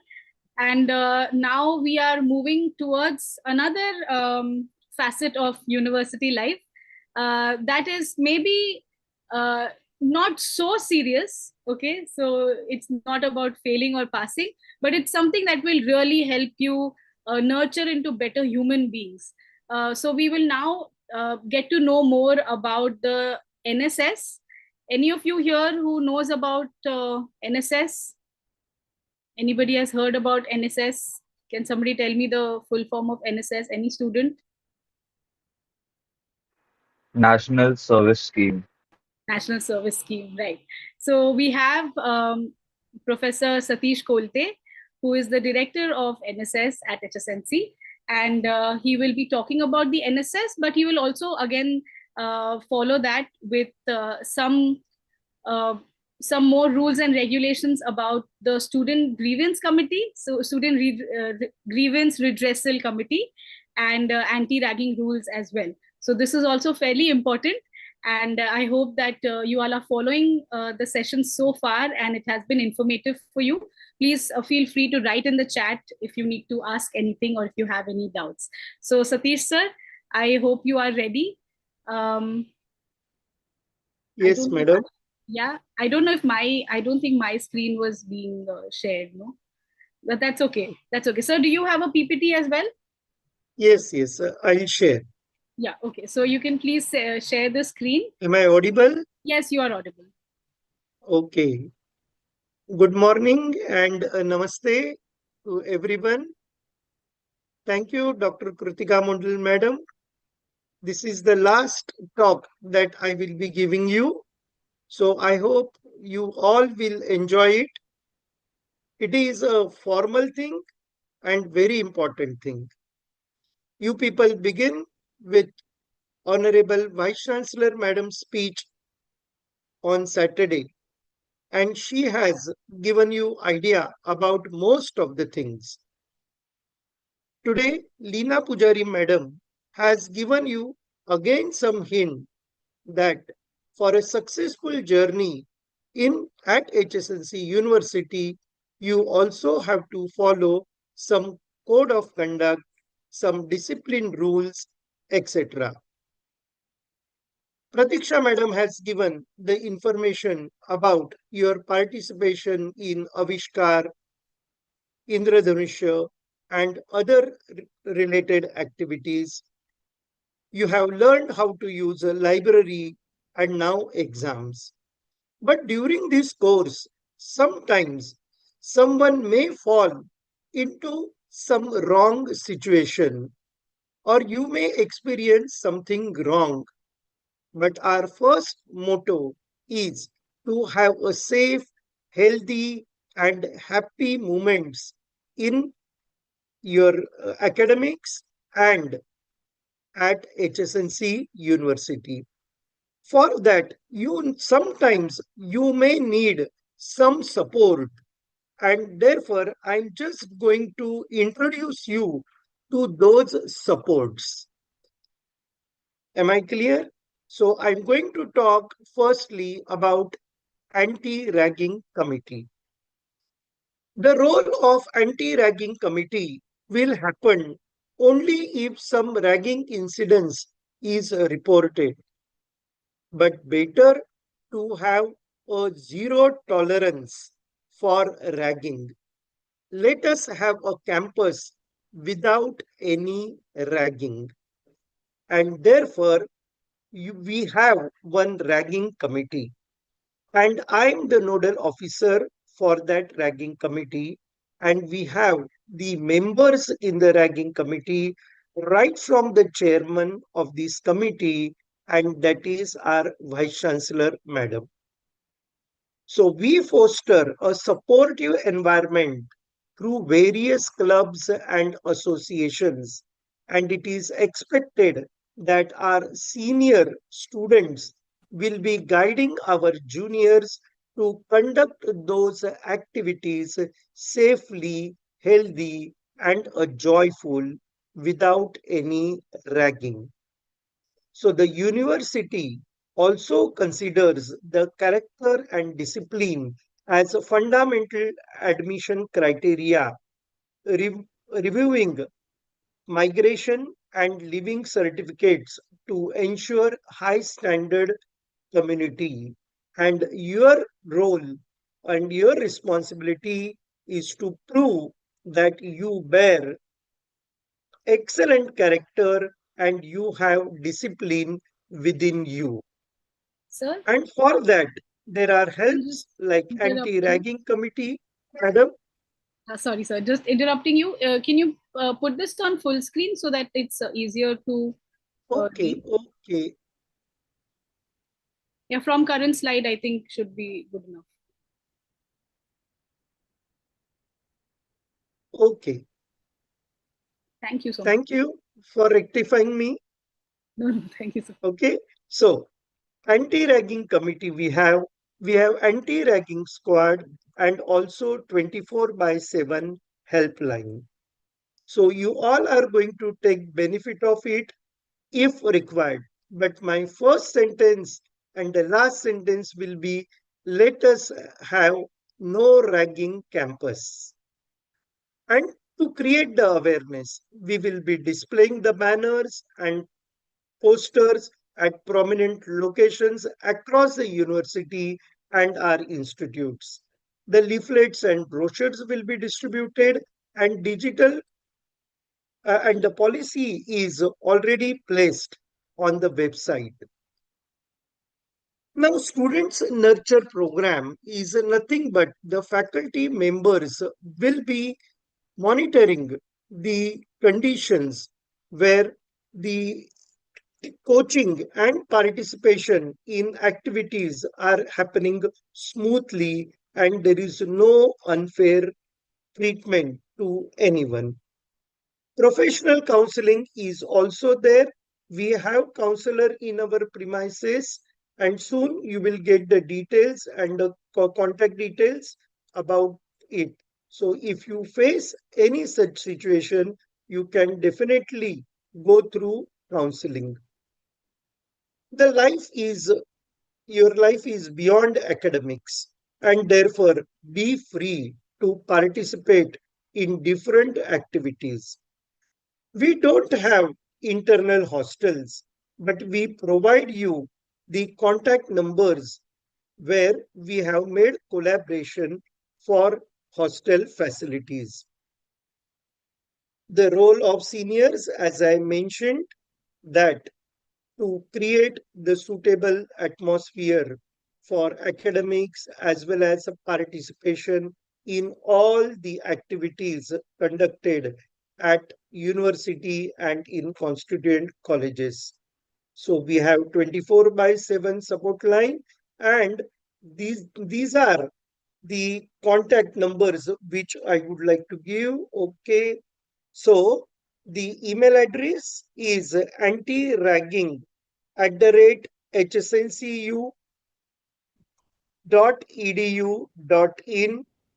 My contact number is also mentioned and I'm available in our university campus practically every day in the afternoon. One slide is missing, but definitely I will just communicate it to you all other contact details. Okay. Along with that, we also have the redressal cell. If you come across any complaint, you have to submit your complaint through the email address. And that email address is especially for student grievances and redressal. So that slide which is missing, I will just forward it in your all groups. If you come across any complaint, please go through the email, not verbal and not on WhatsApp.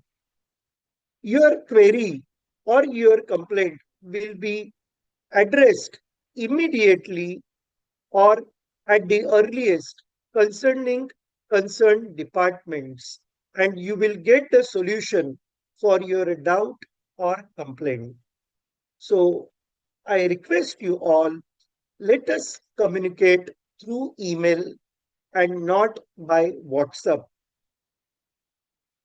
One more point which Madam mentioned, that is a national service scheme. Our university has a strong national service scheme, that is NSS unit. This is the student activity which is operating under the Ministry of Youth Affairs and Sports since 1969. And we at university and in constituent colleges, we follow all the guidelines given by the Honorable Minister of this particular ministry, that is the Ministry of Youth Affairs and Sports. At present, it is under Mr. Mansukh Mandviya. The motto is not me but you, and especially it is focusing on personality development through social service. You are expected to join NSS for consecutive 2 years and contribute 120 hours per year. Each constituent college will be conducting a residential camp every year. You are expected to attend at least one. When you attend the camp and when you complete 120 hours for 2 consecutive years, you become an eligible candidate for a certificate having the emblem of India, and that certificate is useful to you whenever you go out for studies and when you fill the form, wherever there is a point that is what is your contribution to the society, you can upload that certificate with pride and you can create the successful path for it. Then what all is expected or what can one do in this? You people are young, dynamic, and healthy, so you can definitely join hands in arranging blood donation drives and whenever possible, donating blood. You will get the information about what is thalassemia screening, what is its important stem cell registry. You can become a platelet donor. We at university release blood donors directory Jeevan Vahini every year, so you can be a part of it and you can be a lifesaver whenever required by someone and especially who is strange. Each college has adopted the villages, and in those villages, they conduct various activities which are mentioned here, like tree plantation, water conservation, cleanliness drives, malnutrition. To combat malnutrition, we place solar panels, farmer-centric projects, and so on. You might be good in teaching, so you can have the teaching programs at rural and urban level for which basic subjects as well as the digital education can be carried out. You can contribute to women empowerment projects and you can be a part of self-employment skills. You can help self-help groups, etc. Be a part of various awareness campaigns and the programs for different segments of the society. Make their lives happy and be happy. At present, we are facing a heavy rain, so you need to undergo 2 days disaster preparedness workshop. You can help traffic control, road safety, and later on, Swachhata Abhiyan. So your role is very important. Whatever activities that you participate, see to that you will register yourself on My Bharat portal. The registration is important. Then we'll give approval. We are going to create the events. Then you are going to join the events, upload the photo. There are n number of activities on My Bharat portal. The last year's opportunities are Vikasit Bharat Youth Dialogue, Vikasit Bharat Youth Parliament, quiz competition, and Vikasit Bharat Vibrant Village program, and so on. So I hope that you all will be participating in such activities and developing your personality through social service. Thank you very much for giving me this opportunity. Thank you so much, sir. So while you were talking, I also shared the webpage for the Student Redressal Committee in case they want to learn more about it. I think the email is also given there. Plus, at the same time, for NSS, if you want to join the NSS, you can contact Satish sir at KC College. He also visits the university, Worli campus from time to time, so you can definitely reach out to him. Also, if anybody has any doubts or any questions, right now you can put it in the chat, but you can always mail ask me anything at hsncu.edu.in if you don't know where to send your mails. All right, if you don't know who to contact, you can always send a mail there. So now this was the part which had to do with your administrative leaders telling you about the different parts that you will come across in your university life, in your university journey. We now move towards another important part of your university journey. Just a second, I'll just share my screen so that it's a bit clearer to you. All right, we now move towards the academic side of things. So as you all are aware, HSNC University has many, many different programs under its 8 colleges and 8 schools. So we have different faculties that have these programs under them. So we have the Faculty of Humanities and Social Studies, we have Faculty of Commerce and Management, we have Faculty of Science and Technology, and then we have the Faculty of Interdisciplinary Studies. And it's lucky for us that all the deans were able to join us today to be able to just say some motivational words to our young going to be leaders of the society. So I would like to know if we have Professor Shanbag here with us. We'll start with you. I'm there. I'm with you. All right. Thank you so much. Good morning, ma'am. Thank you so much for joining us. And Professor Shanbag is the in-charge principal of KC College. Many of you may have seen her if you've visited KC College.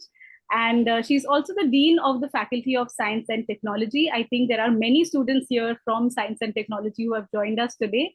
So, ma'am, I will request you to kindly take center stage and say a few words to our new members of HSNC University. Thank you, Dr. Kritika. Namaskar. Good afternoon. I think good morning, because I thought it has the earlier session took time. So I thought that it is good afternoon, but then yes, we have still 13 minutes to go for afternoon session. But then yes, good morning to everyone. Yes, let me, after all that discussions that have taken place over here, about the code of conduct, the student council activities, the library details, the NCC, exam, NSS, grievance redressal, anti-ragging. I now, with just saying that with all the deans that are present over here, so respected deans, directors, faculties, and dear students, let me talk to you about the HSNC University. So HSNC University Mumbai is a state public university approved by the Rashtriya Uchchatar Shikshan Abhiyan, RUSA, and the government of Maharashtra, which was launched in the year 2020 with prestigious South Mumbai colleges, HR College of Commerce and Economics, KC College of Arts, Commerce and Science, and the Bombay Teachers Training College as constituent colleges of the university. HSNC University owes its inception to the visionary ideas of an intrepid group of Sindhi refugees who came to Bombay in the aftermath of the partition of India.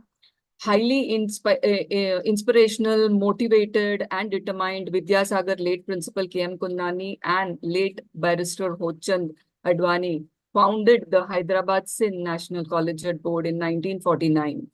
Today, the board runs 17 colleges of repute across all streams in and around Mumbai. The founding of the HSNC University on 11 June 2020, amidst the raging pandemic, fulfilled the long-cherished dream of the founder members of the HSNC board. Since its establishment, the HSNC University Mumbai has set the highest benchmarks and consistently striven to excel on all fronts, be they academics, research, or human development. And in a relatively short span of time, under the dynamic leadership of the immediate past provost, Dr. Niranjan Haranandani, who is the president of the HSNC board now, our current provost, Advocate Anil Harish, and Vice Chancellor, Professor Dr. Hemlata Bagla. This has emerged as a beacon of hope and innovation in the higher education landscape in Maharashtra. So HSNC University Mumbai has introduced 9 schools, and the newest addition being the School of Nuclear Sciences and Technology, offering integrated multidisciplinary academic programs spanning diverse disciplines and domain. These, I would just like to mention you about the other schools that are present. Most of you students are part of it. We have the Niranjan Hiranandani School of Management and Real Estate. Then we have the D.M. Harish School of Law, School of Humanities and Social Sciences, School of Applied Sciences, School of Interdisciplinary Studies, School of Performing Arts, Chelaram School of Yoga and Wellness, and School of Engineering and Technology. The programs span undergraduate, postgraduate, and doctoral levels, providing a robust academic foundation and practical experience. The university offers 50 undergraduate courses, 38 postgraduate courses, and 24 PhD programs across a wide area of discipline and immense opportunity for students to pursue their passion and interest. Our vision is to create centers of excellence through quality education, innovative research, and advancing sustainable solutions to socio-economic challenges within a framework of social justice and equity. To tell you a little bit about interdisciplinarity and transdisciplinary, the programs offered under different schools reflect the interdisciplinary ethos with conversations across disciplines, leading to holistic, integrated learning process, while we remain rooted in a rich tapestry of Indian cultural heritage. We also tweak our course to reflect the times we live in. We aim to transcend the silos and enable transdisciplinary education with the critical insights. HSNC University, Mumbai School of Interdisciplinary Studies offers a specially curated master's program in liberal studies, which integrates more than 30 courses along with research and dissertations. A range of interdisciplinary certificate courses are curated and offered across all disciplines to upgrade the knowledge and skills of the teachers, students, and the learner community. We are very strong in our research, recognizing the need of the robust research ecosystem that encourages interdisciplinary research and knowledge creation. HSNC University has 23 research centers, 63 research guides, and 107 research scholars working on a wide array of meaningful and significant themes. So we are really proud to be part of this research group because most of our teachers are the research guides over here. Community engagement programs to foster a civic consciousness among our students and to inculcate a spirit of service to a larger society. We have designed a comprehensive community engagement programs integrated into every course of the university. We orient our students to engage with the society in meaningful ways through community work and other social endeavors so that they become harbingers of positive social transformation. As Professor Satish Kolte has just mentioned, our project Swayam Siddha trains women from adopted villages to make pickles, masalas, and other utility items like diyas, bags, etc., and develops a market for their products.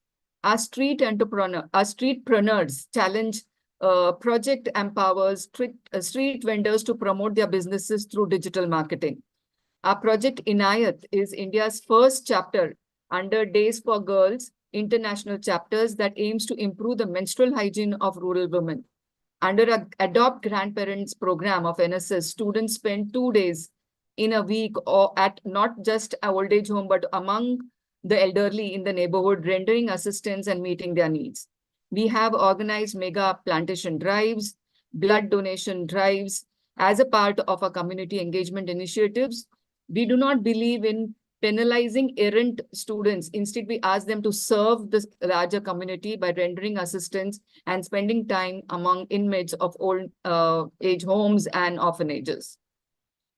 Building leadership and entrepreneurship skills, HSNC University conducts program on a regular basis to foster innovation and entrepreneurship among students. We have integrated skill-based courses in most of our programs. We have organized seminars, lectures, series by inviting innovators, social reformers, and industry experts like Nobel Peace Laureate, Mr. Kailash Satyarthi, Padma Vibhushan, Indian nuclear physicist Anil Kakodkar, marketing and communication consultant and writer Vijay Menon, and many more.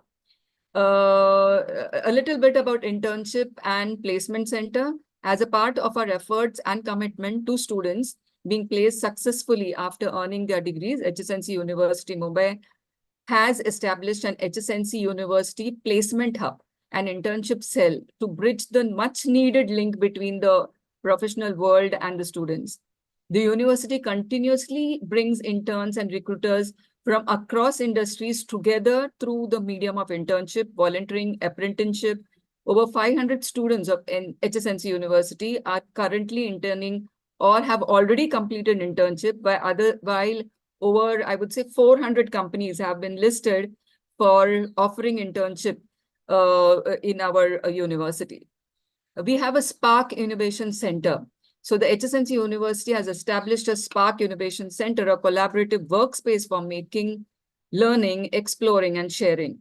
It provides opportunities to innovate and offers real-world experiences through simulation. It exposes learners to new opportunities and aids in building critical thinking and problem solving. It facilitates developing a wide range of 21st century skills with the help of the high-tech to no-tech tools. We have Kalpana and an ideation competition and a streetpreneurship challenge are some of the appreciated outcomes of the Spark Incubation Cell. Dr. Mayuresh Joshi did speak to you about NCC, but I would just like to add one thing, which he probably missed out because it was on his mind. He missed it out, but I would like to mention that as he's already said to you that we have an Army and an Air Force wing. Navy, we are soon going to get under our wing. We also have a microlight air simulator, which is housed at KC College. You can come and visit and have an experience over there, sitting at the simulator, the air simulator. Yes, now I would like to tell you about NEB 2020, which in the academic year 2023-24, HSNC University adopted the national education policy across schools and constituent colleges, ensuring that it is at forefront of a watershed moment in India's educational history. In line with the vision outlined in the NEP 2020, HSNC University has adopted curriculum reforms and innovative pedagogy practices to ensure seamless integration of the ethos of NEP 2020. Just to mention to you about, since we are with NEP, there is this multiple entry and exit. We have enabled multiple entry and exit with necessary and minimum credits so as to ease the process for the students. Imaginative and flexible curricular structures that enable creative combinations of disciplines for study, removing the rigid boundaries and creating new possibilities for lifelong learning. At HSNC University, we have a wide array of general electives. The Board of Studies of the UG programs have designed more than 100 general electives across different disciplines so that the students have a wide choice of to pursue courses outside their disciplines and streams. We have skill-oriented vocational courses with an aim to develop more skill-based courses so as to provide hands-on training to students. We have designed and developed more than 60 skill enhancement courses across the streams and the disciplines. Value-added course curriculums, yes, we have designed well-defined VAC, that is a value-added course curriculum that incorporates 4 important aspects, that is understanding India, environment, research, and yoga and wellness. Further, I would like to talk to you about the promotion of Indian language, art, and culture.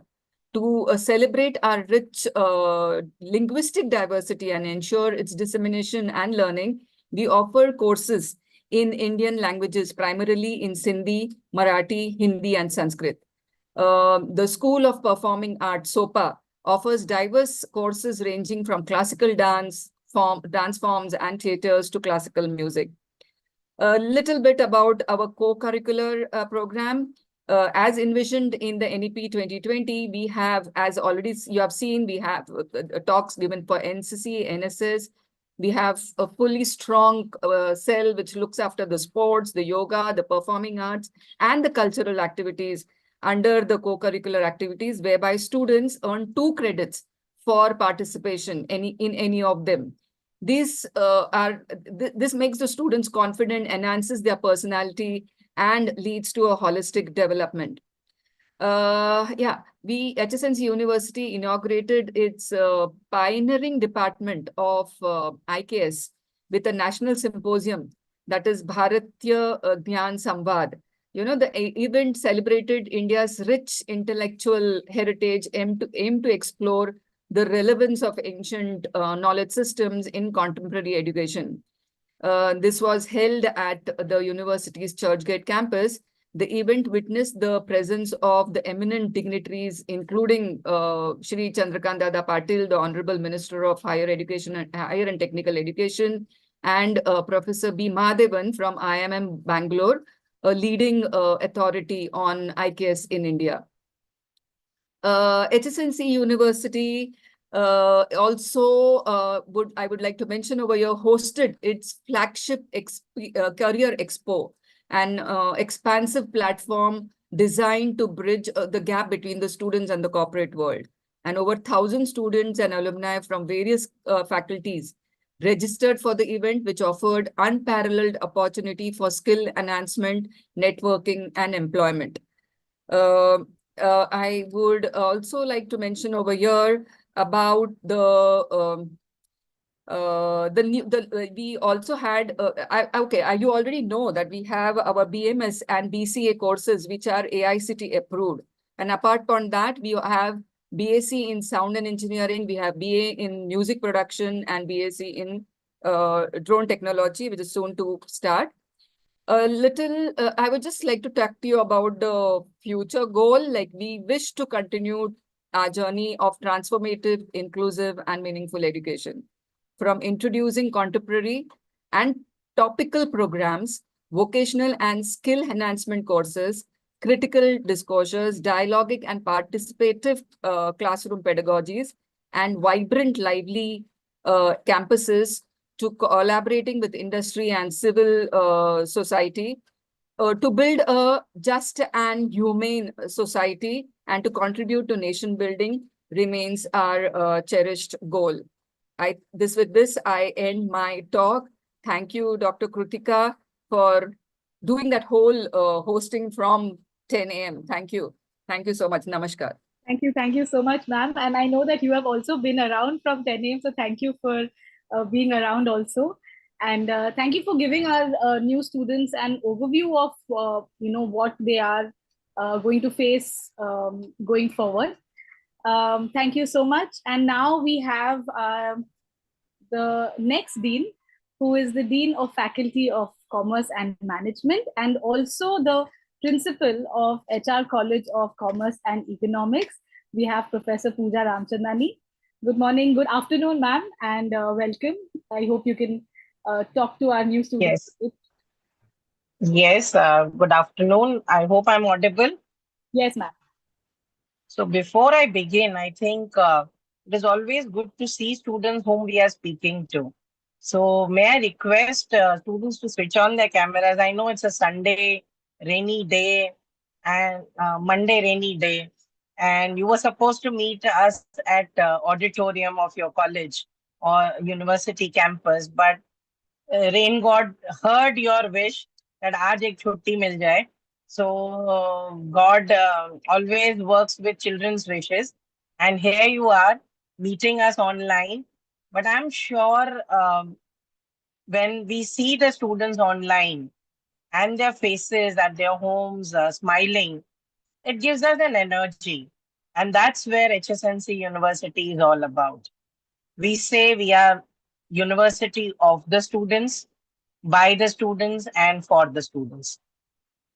Prominent colleges as being its part when it began, and many schools that have come up at HSNC University Worli campus. Tejashri ma'am gave you an overview of so many things done in our past few years. You might be listening and saying, what is this university going to offer me? Next 3 or 4 years that you're going to be with me or with us, am I going to change as a personality? Am I going to come out of this college or university or school and become employable? Am I going to be a different personality? My answer, yes, provided you know how to take the best from this university. You know how to take the best by being participative and asking for more and more and more. In the morning, you have been shown entire activities of things that university has to offer. But I suggest it's nothing but report for you on paper until you use it. 4 areas that you must concentrate on when you become or when you have joined us. You have already joined us, right? You may be in different courses. It could be law, it could be BMS, it could be BBA, it could be School of Yoga or MBA or any or colleges or schools that you have joined or engineering. Right now, you are a member of HSNC family. Once you enter the door, entire house is yours. It is not necessary that engineering students cannot participate in a dance workshop or a yoga workshop. The finance students cannot listen to engineering industry talks. Now, the rooms of entire house of HSNC University is open for you. What will you take from us? Be selfish. This is the first time Dean is telling you be selfish. Not in terms of killing people on the ground, not in terms of putting people down. How will you be selfish? You're going to be with university for next few years, right? Take the best you can by looking at it as your right. Right now, HSNC University believes that you all are unique. Everybody is different. You may have entered at different percentages. Doesn't matter.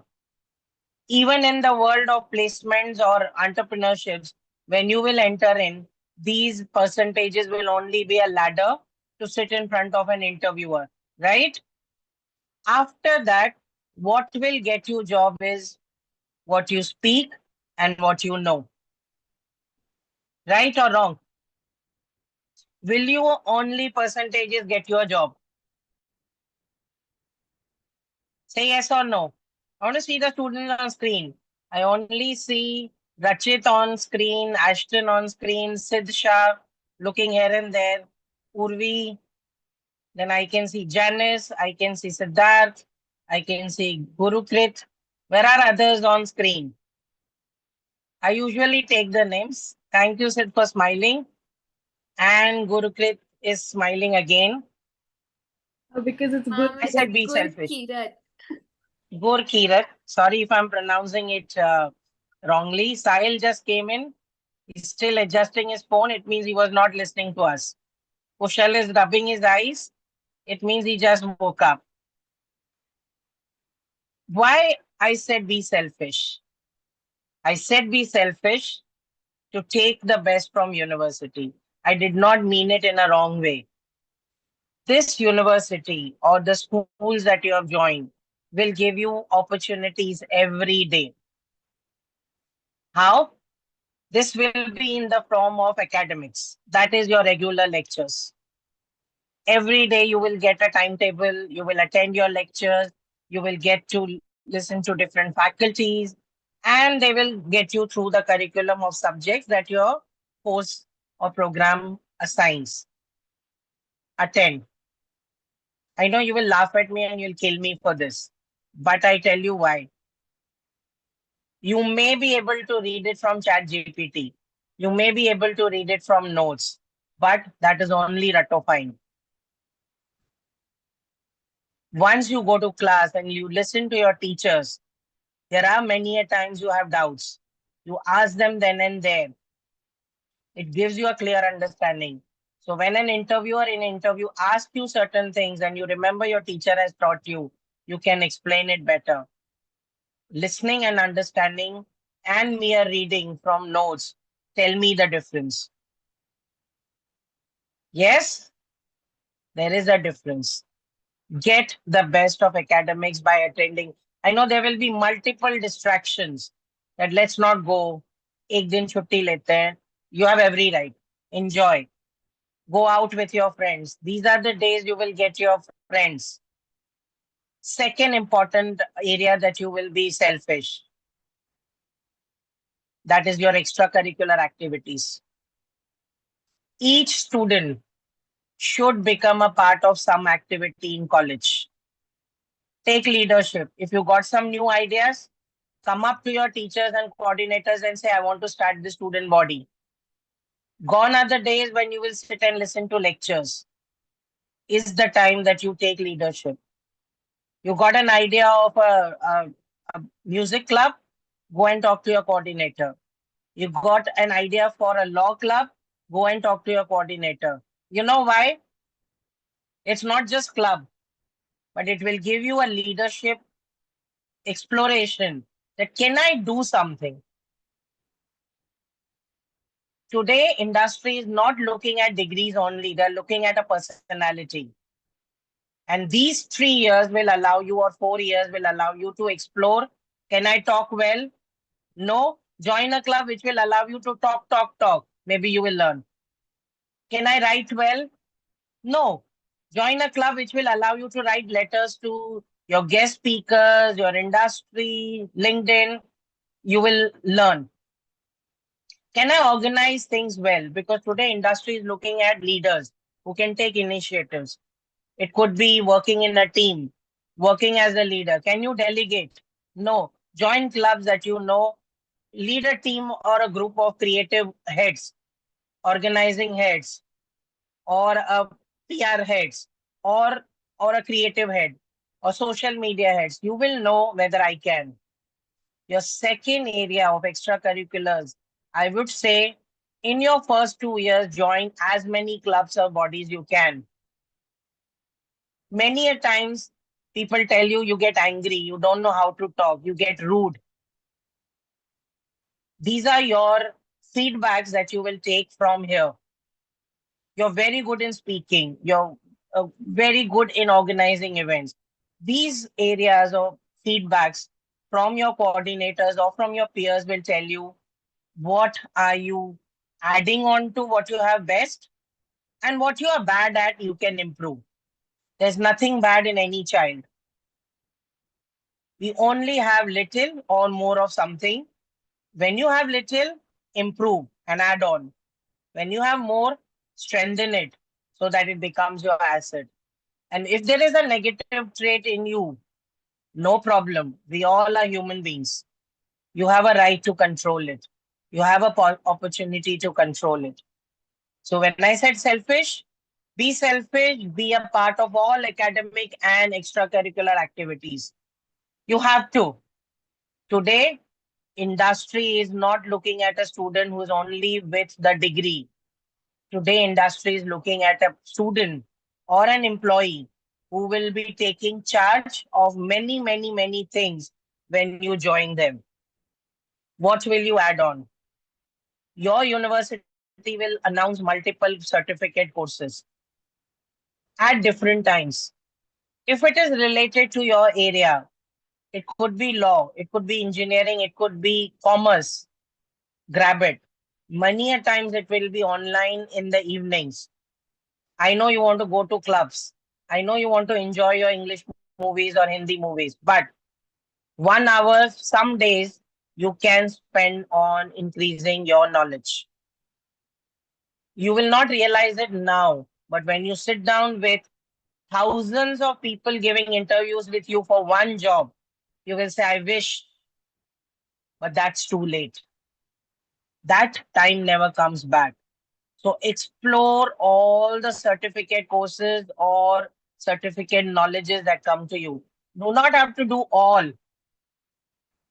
But whatever is helping you in exploring your skills, exploring your knowledge, join it. Third important aspect today is AI. Many a times when we speak to industry experts, they say whatever jobs are there today, they might get kind of extinguished or disappear in next 3 years. Do you want to become a lawyer? You want to become an engineer? You want to become a coder? You want to become something like a financial expert or an MBA? Find out whether this job will exist, what you are learning. If not, get trained in AI, not necessarily in university, but over and above also. Add AI to yourself. You could be a law student.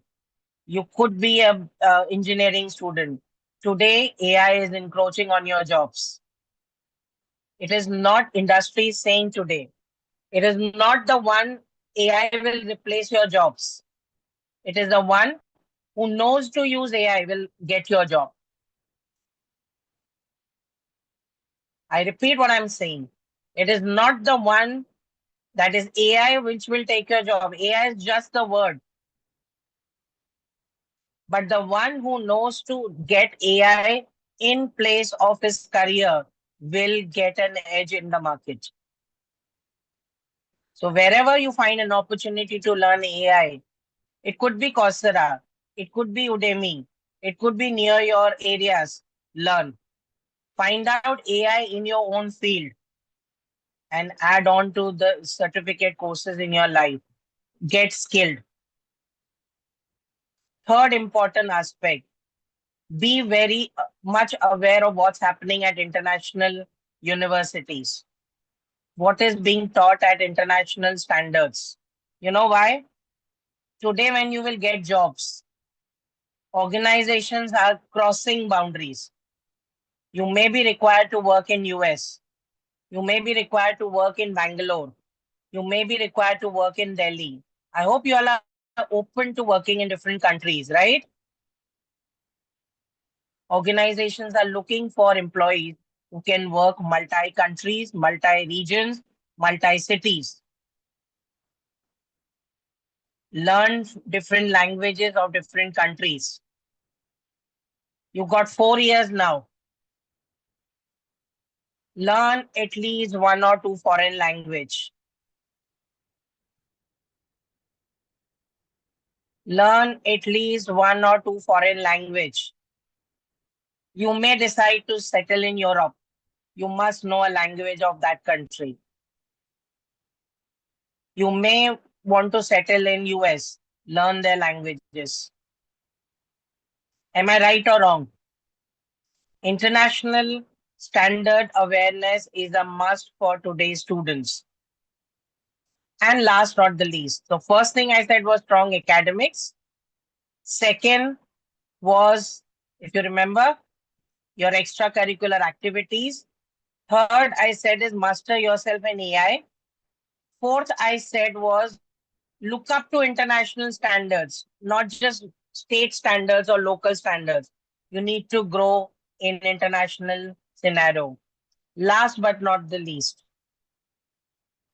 today industries do prefer an individual which has at least 1 or 2 social contribution in the society. To join or do some social initiatives. You all are privileged ones. But there is a section of society which is underprivileged. They do not have even basic money to sponsor their education or to look up to their basic necessities. Can you all together as students make a club and contribute to them? Could be any way. It's not always money. It is not always money. Can you make your CV saying that I went to NGO like an old age home? I did go into beach cleaning. I did work in a municipality school to teach. I did go and help like a law student, helped legal help or requirement to poor people. I went to a Vidrasham or I went to street children. Always add a social initiative in your CV. I tell you how industry look up to you is with respect, that you're not just an intellect, but you are a socially sensitive intellect. Today, industries are looking at a very strong social contribution of an individual. Last but not the least, your EQ. I don't know if you have heard about EQ. Have you heard? Many people know about it, but they do not work on it. Emotional quotient. You heard about a young boy being killed in Nalasopara train, right? You heard about youngsters getting angry. Gen Zs cannot control their, you all are being termed as rude generation. You all are not rude, but you try to express. Emotional quotient will help you to control your emotions. This will be important when you get on to your lectures. This will be important when you behave with your parents, when you behave with your faculty. More important when you behave with your bosses. Right? Today, many industries don't want to work with Gen Zs. Have you heard this on Insta? Have you heard this? You all are Gen Zs. Nobody wants to work with you. But you know why? The behavior and the attitude. It's not your mistake, but you can work on it. When you become a part of extracurricular, there will be people telling you, don't eat chewing gum, Shivansh. I'm not. I'm not. If I give you that feedback, that when you are in meetings, you should not be chewing anything. It looks unprofessional. You should not be showing a temper. When your extracurricular activities will give you this feedback, don't get objected. Don't get angry. Go and think. आप बहुत loud बात करते हो, आप बहुत गुस्से से बात करते हो, आप किसी की रिस्पेक्ट नहीं करते हो, you do not know how to talk with respect. अगर ये सारी चीजें आपको सुनाई दें, don't feel bad, feel happy. You know why? It's telling you before you join corporates कि ये चीजें आप में है, वर्क करो. College is a place to find one person in you. That is the leader. You all are leaders in your different fields. And I'm sure 5 years down the line, 10 years down the line, you will head different organizations. I am sure. Are you sure? Rachit is thinking maybe. Are you sure? Pretty much sure. Pretty much sure. Pretty much sure. The ones who are very much sure, I'm sure. The others who are not yet sure, don't worry. You're also a part of this game. Explore your personality. Extracurriculars, academics. Ask more and more from your college, your coordinators. And one thing, start building a very strong profile on LinkedIn. Slowly and gradually, it will help you. Any industry expert who come to your college for talk, the first thing you must do is find their LinkedIn channel or account, say hello to them, praise them if they were good. Ask them if you had a doubt. I'm not telling you to do this, for I have a reason to it. You know what? They will know that a particular student from HSNC University sent me a message. Slowly and gradually, when you start interacting, one day you can ask them internship. One day, not just internship, you can ask them job. Am I right or wrong? Be selfish. But be selfish not to kill others. Be selfish not to put people down. Be selfish to explore that one individual in you, that inner unique talent in you. Explore, work on it, and do the best in your HSNC University. And today onwards, start calling yourself not the students. This is what I do with HR college students also. Today onwards, your identity being a student is gone. You're not henceforth the students. You're brand ambassadors of your school or university that you have joined. Majorly HSNC University. Put a tag with the proud that I am the brand ambassador of HSNC University. I am here. I am selfish. I will take the best out of HSNC University. You got the best campus. You got the best library. You all are welcome to HR College, KC College, BTTC College, and interact with students. Be a part of all the programs that we all do together. As I said, doors are open. No longer you are a part of Worli campus. You are a part of Bandra campus. You are a part of Churchgate campus. Yes, you are allowed to create your own clubs, but you have to just ask your coordinator. There is no limit to members. Even 1 or 5 people can start clubs. You know why? When you start a club, you take leadership. You make your structure, presidents, vice presidents, HODs, directors, and give a kind of responsibilities to each one. I know how to look at my responsibility. The agenda of clubs is that each club will develop at least 10-15 leaders in the next 3 years. You become a part of club, do academic and non-academic activities. So law students can start a law club where they can invite judges of high courts and supreme courts and do distinguished lecture series. Just an example. And MBA students can work with the MBA's institutes as well as in, bigger people in the management and get the people to talk. Explore as many industry experts in your next 3 or 4 years. Connect with them on LinkedIn. I hope I'm not boring you all. If I am, sorry. But I hope we will be interacting with you regularly on in a physical mode also.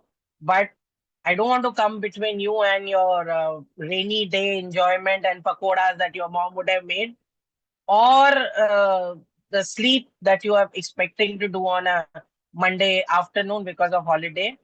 But I'm sure what I shared with you all will stay with you, and you will be selfish, and you will be brand ambassadors of our university. So wishing you all the luck, lots of love to all of you. And you can let me see how many LinkedIn connects I get today from all of you to my LinkedIn account, which is Pooja Ramchandani. So let us connect regularly, and also feel free to give feedback to your coordinators, ask for everything. It is said that your coordinators and your teachers are your parents. Like you do tantrums in school, at home. I need this, I need this, I need this, I need this. Start doing it at your own campus. But not badmashi. Ask for the genuine things that will make you a leader. Do not ask for, ma'am आज lecture cancel कर दो, ma'am आज lecture मत लो, ये मत करना, वरना mummy papa जैसे डंडा मारते हैं टीचर्स भी मारेंगे. So ask for the best things. I know you all are best, and we have leaders sitting in front of me, and God bless you all, and I'm sure this journey is just the beginning. And can I request all of you to give a nice smile to me so I know that we were together when we were talking to each other. God bless you all, and enjoy your next few years with us. God bless you. Thank you. Thank you so much, ma'am. And I think what you said to the students is very important, why they should start developing the skills from now itself and not wait for their last year or third year or their internship to do these things. Very, very important. Thank you so much. And I'm glad that a lot of the students switched on their cameras also thanks to you.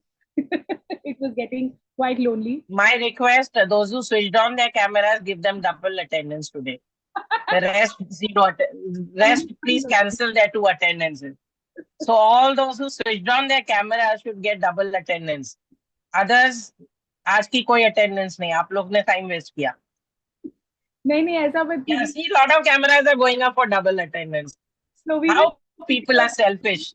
We will take a picture again soon. So I request all of you. Arey, Rajendra ji has also switched on the camera. See, sir also wants double attendance. All right. Thank you so much, ma'am. We now have another dean with us. But before that, I would just like to acknowledge, I just noticed in the participants list that we also have Registrar Sir with us in the meeting. And I'm very happy that he was able to join us. Thank you so much, sir. Sir will speak to us at the very end.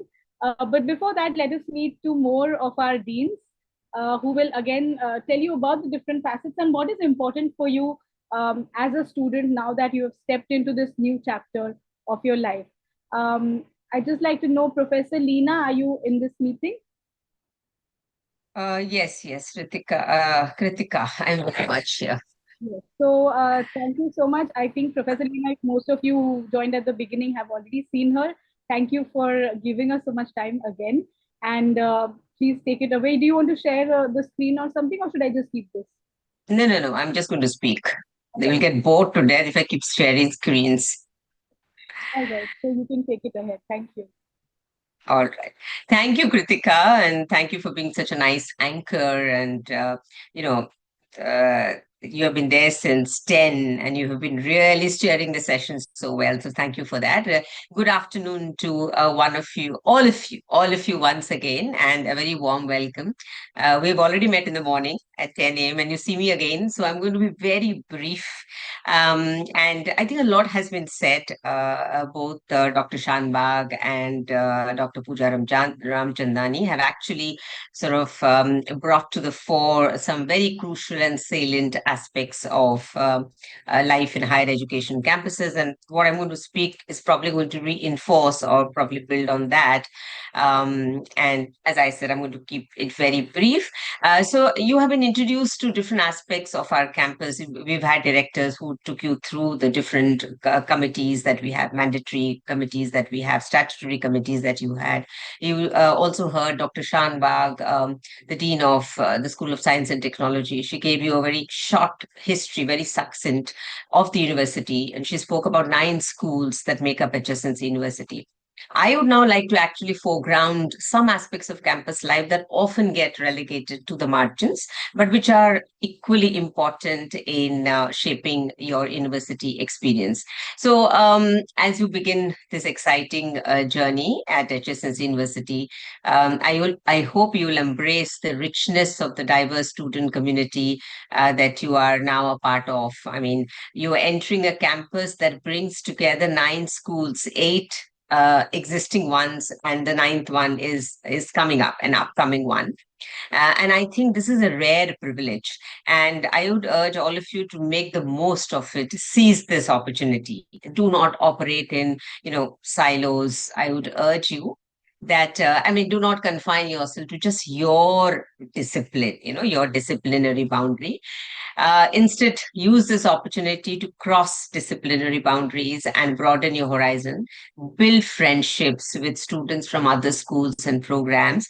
I think some of the most meaningful learning happens outside the classroom through conversations with people whose perspectives are different from your own. And that is where the real learning lies. I think what makes this possible, of course, is the wide range of clubs, committees, and student-led initiatives on campus. Dr. Pooja just said that, lead from the front, right? Take ownership, something which I said in the morning. So you can, initiate so many things on campus. Tell us what exactly you want to do on campus. So participate actively, meet your peers, engage in conversations, debate. I always say everybody cannot agree on everything, right? There will be disagreements. We can have a debate, we can have a dialogue, but never allow that to slip into acrimony or hostility, right? That is something which may not be good for the campus. And also, very important, learn to listen as much as you learn to speak. It's very important to listen to people also.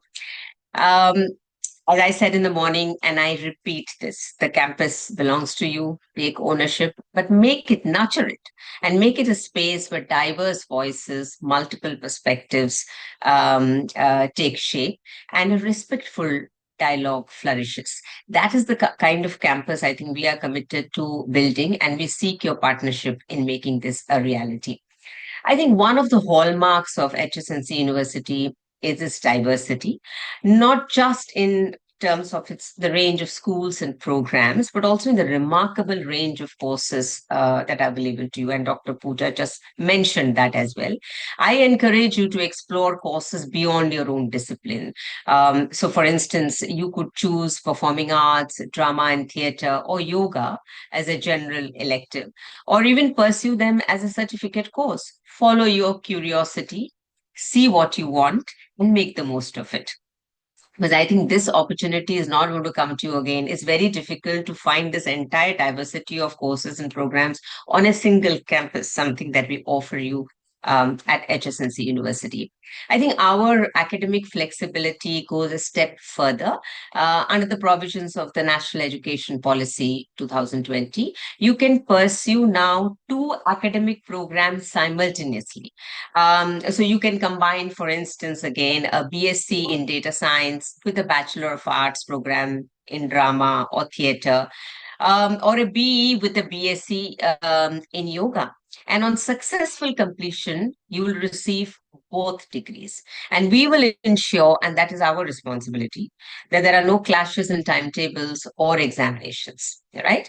Your responsibility is simply to dream a little bigger and make the most of the opportunities before you. As you enter this university, I would also encourage you to unlearn and relearn as much as you can. I think we all carry our assumptions and our, certainties about everything. And we know it all. Perhaps we know it enough. But university is also a place where these assumptions get challenged, where you are pushed into this zone of discomfort. But I think you need to embrace that discomfort, because that is where the deepest learning begins. So stay curious, stay open, and never stop learning. A little bit about gender, sexuality, and inclusion, because over the years, and this is what we have learned from our own students and our own experience, that this is also a time where there's a lot of anxiety and confusion about gender identities, gender and sexual identities. And very often what happens is, because we do not know enough about them, we end up saying things which may not be very appropriate. And that's something that I also said in the beginning, that we do not expect our students to know everything. As Dr. Pooja also said, there are these inadequacies, there are these shortcomings, there are these fault lines, and they're bound to happen, right? It's there in each one of us. But what is important is for us to understand that we need to move forward, that we need to question them, that we should be open to new kinds of learning and be open to learn about these things. And hence, as I said, we will put into place a number of workshops and interactive sessions for you all. The only request that I have for you at this moment is for you to step out and participate and attend and know how important that this is in terms of expanding your horizon. Classroom learning is one thing, but there are these important pockets of learning, spaces of learning that are outside your classroom, but within the campus, which actually help you in learning and in enriching yourself. Rich discussions that happen outside, and it is for you to participate, lead sometimes from the front, to listen, to hear, be open to learning, and also to contribute, because we also learn a lot from students, and we are very open to learning as well as pedagogues. Finally, I think your well-being is our greatest priority. You are not alone on this journey. We have peer support groups for you, faculty mentors, counselors, and robust grievance redressal mechanisms to support you. I'm sure you must have heard Dr. Satish Kolte speaking about it. Now, if you're facing a challenge, be it academic or personal or emotional, please reach out, speak up.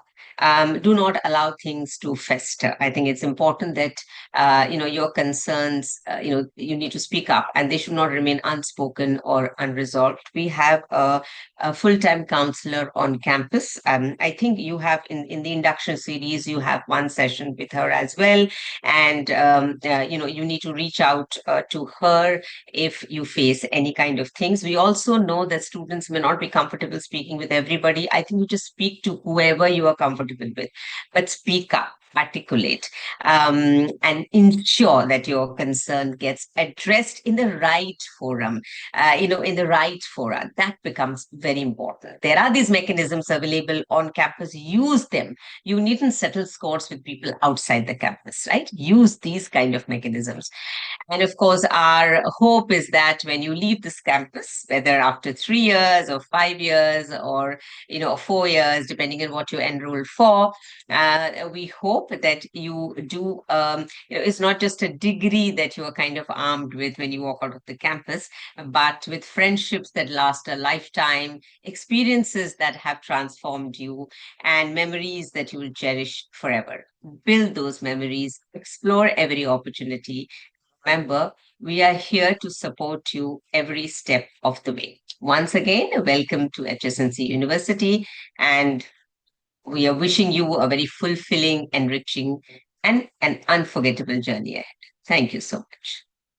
Thank you so much, Professor Pujari. And you've been, very, very clear about the fact that at the end of the day, the students are here to learn, to engage, but also learn with respect and learn in a way that it becomes an inclusive environment for everybody, for the students, also for the teachers, also for the other people around the campus. So thank you so much once again. And we now have another dean, who's the Dean of the Faculty of Humanities and Social Sciences. I think we do have a lot of students today that are part of this faculty. So I think Professor Shalini is in the meeting. Ma'am, are you there? Very much so, Kritika. Yes. Thank you so much. So we now have the Dean of Faculty of Humanities and Social Sciences, Professor Shalini Sinha, who is also the Vice Principal of KC College, who will talk to our new students and give them a little more idea about what else they can do and how they can become better. Thank you. Thank you. Thank you so much, Kritika. So a very, very warm welcome to each one of you over here. And a wonderful, rainy good afternoon to you. I'm sitting here by the window watching, the scenery outside. And so happy that all of you are also safe in your homes. And perhaps that's the reason we have quite a few of you here today. So to carry on with what you've just now heard, and you've heard a lot, you've heard some very good things from all of our deans, from all of the people before us in the first session too, who told you about the different clubs, the different associations. Please take this all seriously. I know you must all now be feeling that this has been going on for a very long time. So to wake you up, I have an exercise for you. I want all of you to please write A to Z on a piece of paper in front of you and number each letter. So A is 1, B is 2, C is 3, till Z is 26. Can you do it now, everyone? I just want to show of hands very, very quickly. So people who have, take a piece of paper, take a pen, and please do this very, very quickly. Just a show of hand, very quickly. Who all can do it now? So that also tells me who's awake and who's sleeping. Yes. I can't see any show of hands. Kritika, can you? Yes, I can see very few. I think 4 or 5 people, 6 people. So only 6 people are awake in the whole session? That's too bad. Yes. Others too, please wake up. It's increasing to about 30. Oh, very good. Please do write from A to Z. And for each alphabet, please number it. So A is 1, B is 2, C is 3, till Z is 26. Done, everyone? So when you do it, then you can lower your hands. That will tell me that you have finished doing it. It will take you just 2 minutes.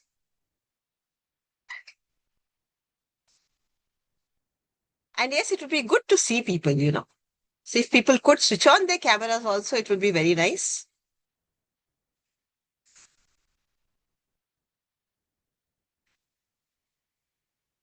So once you've done this, then you can lower your hands.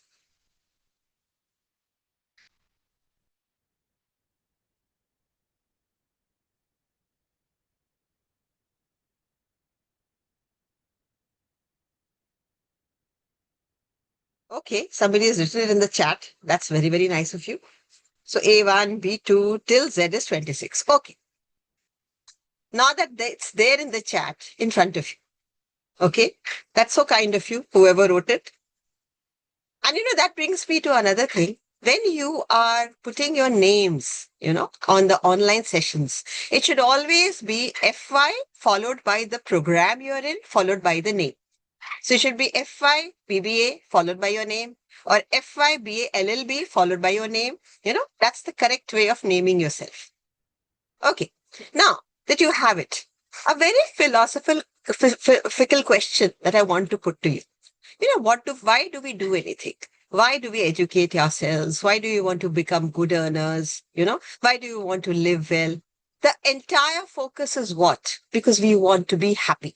The main thing that we want from life is to be happy. Isn't that so? Everything that we do is in order that we become happy. Now, all of us have some concept about what gives us happiness. For some people, money is happiness. So I want you to please write down MONEY. Now, replace those alphabets with the numbers, total it and tell me how much does money come to. MONEY. Now, M is what in the alphabet that you've just now written? I guess M is 13.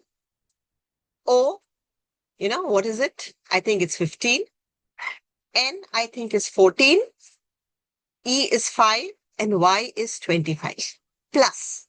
Just plus it all together. 13 plus 15 plus 14 plus 5 plus 25. How much does it come to? Can anybody just tap it? Yeah, that's good. 72.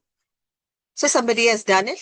72. So actually, if you see, money gives us 72% happiness in life. Now, someone else might say, oh, love makes the world go around. So please do write LOVE, love. Replace each alphabet by the number. Total it and tell me how much does love come to.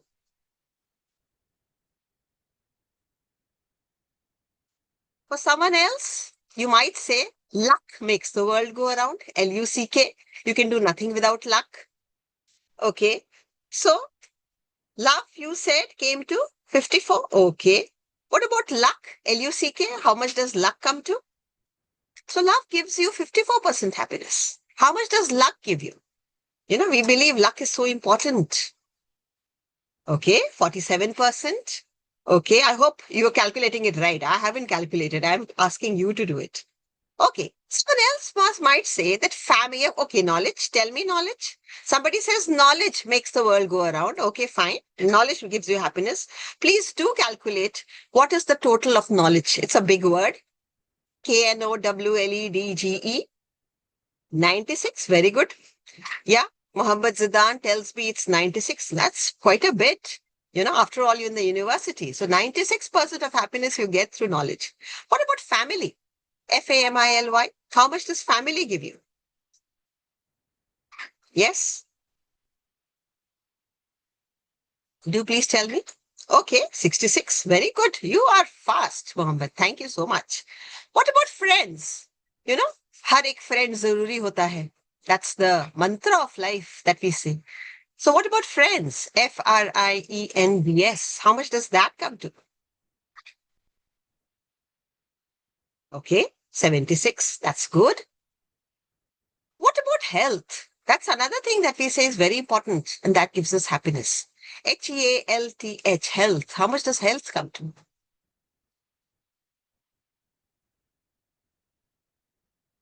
Yes. Did you calculate?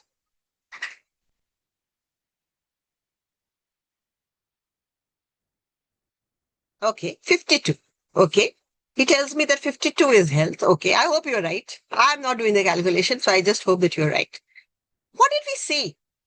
All of this that we just now looked at, love, luck, knowledge, money, family, friends, health, everything gives us some percentage of happiness in our life. Now, I want each one of you to please write down the word attitude and give me the total. ATTITUDE. ATTITUDE. Please calculate attitude and give me the total. Absolutely. So Kishan has calculated. Everyone do it for yourself. Let's not depend only on Kishan. Each one of you, please calculate for yourself. How much does attitude give you? Yes. So I have 3 people over here who are telling me that attitude is 100%. It's only your attitude that will give you 100% happiness in life. Kritika, can I share something? Can you do? Will you have to remove that? No, I think you can share anyway. I'll stop the share anyway. You can... Yeah, if you stop the share, then probably I'll be able to share something that I have over here. So students, what I really wish to tell you is that attitude is everything. You know, it is your attitude that is a game changer. You know, everything that you do in life is because of attitude, your attitude. So, you know, you might feel that education, helps to produce the student. No, I would say that is completely wrong. Education, a student is an equal stakeholder in education. You are not a product of education. If you want to be educated, only then will you be educated. So it's your attitude that is very, very important. So please understand this, that if you want to be educated, only then can we educate you. This is very much like the iceberg philosophy. If you look at the iceberg, just 10% can be visible. The other 90% is below in the water, But that 10% that you show to the world comes from the 90% of you that you carry with you. And what is it that you carry with you? It is all of this that you carry with you. If you look at it, this 10% and this 90%, what is it that you carry with you? This is applicable. This iceberg phenomena is so much applicable to human beings. What you show, that 10% is your knowledge and skills, but that 90% is the attitude which gives rise to that knowledge and skill. So the 10% that you show is your behavior. But that attitude that you have comes from your values, from the judgments that you make, comes from your motives, your ethics, your standards, your beliefs. So please understand that your attitude in life is extremely important, And people keep telling you, have a positive attitude, have a positive attitude, Yes, it is important to have a positive attitude because that attitude is what you're going to show to the world. This attitude impacts your behavior. This is what you show to other people, So that is why this is what makes your life 100%, That's this attitude that you carry. So what do you need? You need a can-do attitude. I can do a number of things, but I can't do everything at once, I can do everything at once if it's important enough for me. This starts from switching off that alarm bell in the morning and getting out of bed and coming to college, coming to your classes in the university, So when you have this attitude that, yes, I will do it, then only will you do it, So you can do a lot of things. You may not be the best at it. Doesn't matter. What is important is this feeling of participation, this feeling of wanting to do it. You can do everything, but you may have limitations. Still doesn't matter. Overcome those limitations. Just now Pooja madam told you, learn a foreign language, learn a skill, learn AI. It is not rocket science. Everybody can do it. Why can't you? So you can do everything, but sometimes you may need help. And that help is available to each one of you at our university. We have so much going for you. So much is available for you. So that is why it is very, very important, that you have the right attitude, in whatever you do. And, each one of you now is at that stage. You're at a cusp. You're transitioning into adulthood. And this is the time to know yourself. This is the time to explore yourself. And if you have the right attitude, you will be able to know yourself and explore yourself. It starts with, self-knowledge. What is self-knowledge? Self-knowledge is knowing yourself. So you need to learn time management skills. Time management is how you want to do everything. But as I said, not all at once. So give yourself time for everything. Prioritize. Academics is important, yes. Take part in academics. Apart from academics, your co-curricular activities are equally important. If you take part in co-curricular activities, you're building yourself, you're building your one whole personality. This is the time. You might be thinking, oh, that person is such a good dancer. I would like to dance, but I'm not such a good dancer. Who said so? Give yourself the chance. Have the can-do attitude. Yes, let me try. Maybe even I can learn something. Somebody, writes very well, but someone else is not able to do so. Learn from each other. There are so many kinds of associations over here where you can do all of that. We have so many certificate programs for you. What is it that you cannot do? There's nothing that you cannot do. So your self-knowledge is what is very important. So the first thing is time management. Time management comes from self-discipline. Your self-discipline is so important. Be disciplined in life. You are all our family members now. We are all one whole HSNCU family. And as a family member, there are certain rules and regulations that you need to know. And those certain rules and regulations will build your discipline. So be disciplined. Every area of life demands discipline. So build that discipline. If you are disciplined, you will be able to do so much in life. So this attitude comes from all of these things. Explore yourself, know yourself. Pooja madam just not told you about emotional quotient. What is emotional quotient? Learn to balance your emotions. Learn to deal with your emotions. Don't be stressed. Today we hear so much about mental stress. People getting stressed all the while. Please learn to be able to balance your emotions. Do not be stressed. Why should you be stressed? It's all a part of life. Examination gives you stress. Going to college gives you stress. No, why? This is just the wrong attitude. So do understand yourself. And if you're not able to understand yourself, we have enough help for you. Please seek that help. And that help will also, help you to become a well-rounded, person who can look at every phase of life and can balance every phase of life. So these are just a very few things that I want to tell you that have the can-do attitude. Your attitude is very important. You may say, oh, that lecture is so boring. I don't want to attend. Who said it was boring? You did. If you decide I am not interested, you will never be interested in anything in life. So you decide to be interested, everything will become interesting. Just sit in that lecture for some time. Be there for 15 minutes at least. And then you will realize, but it was so interesting. I learned something new. So you have to tell yourself, I will be interested. Nobody else can be interested for you. Tell yourself, I will be interested. Attend that lecture, attend that session. You will learn so much from it.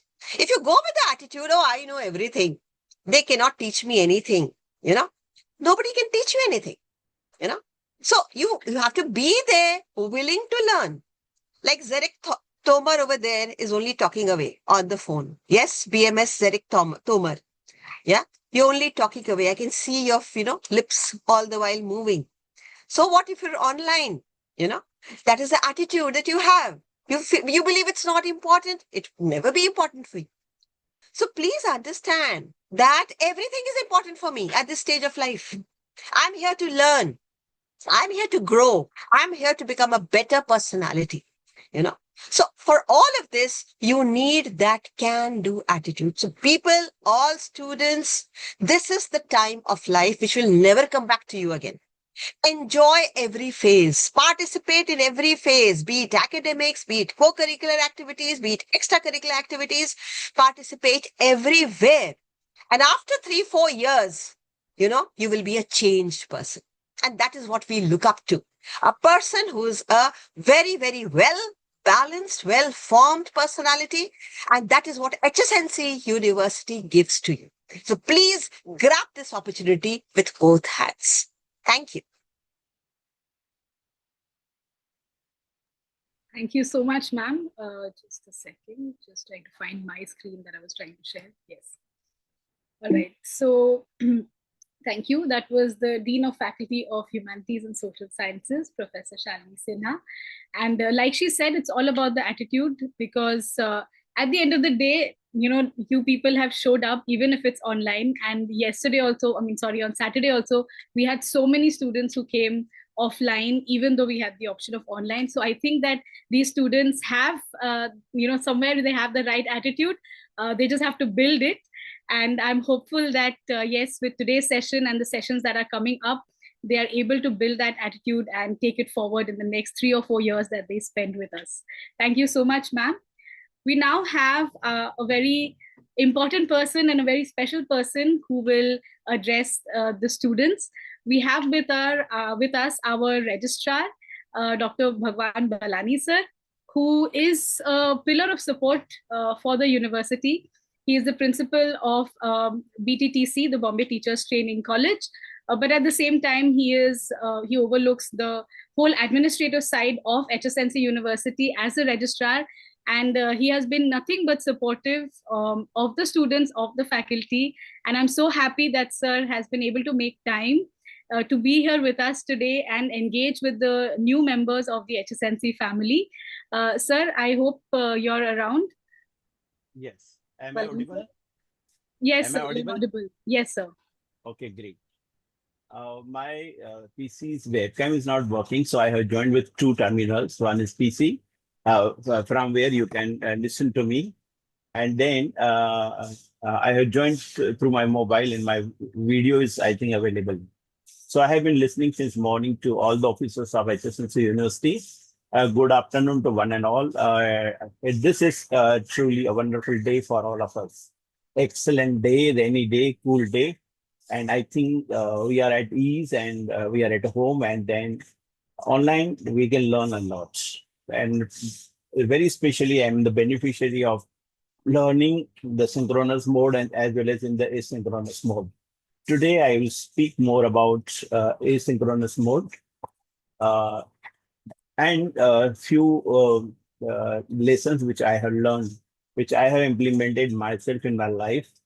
Most of things has been told you in one way or the other way through the different anecdotes, through the deans and through the directors, but I will try my level best to put as my own experiences and will share it with you. The first and foremost thing that I have learned in my life is that every communication matters a lot to me. So first, be a very good listener.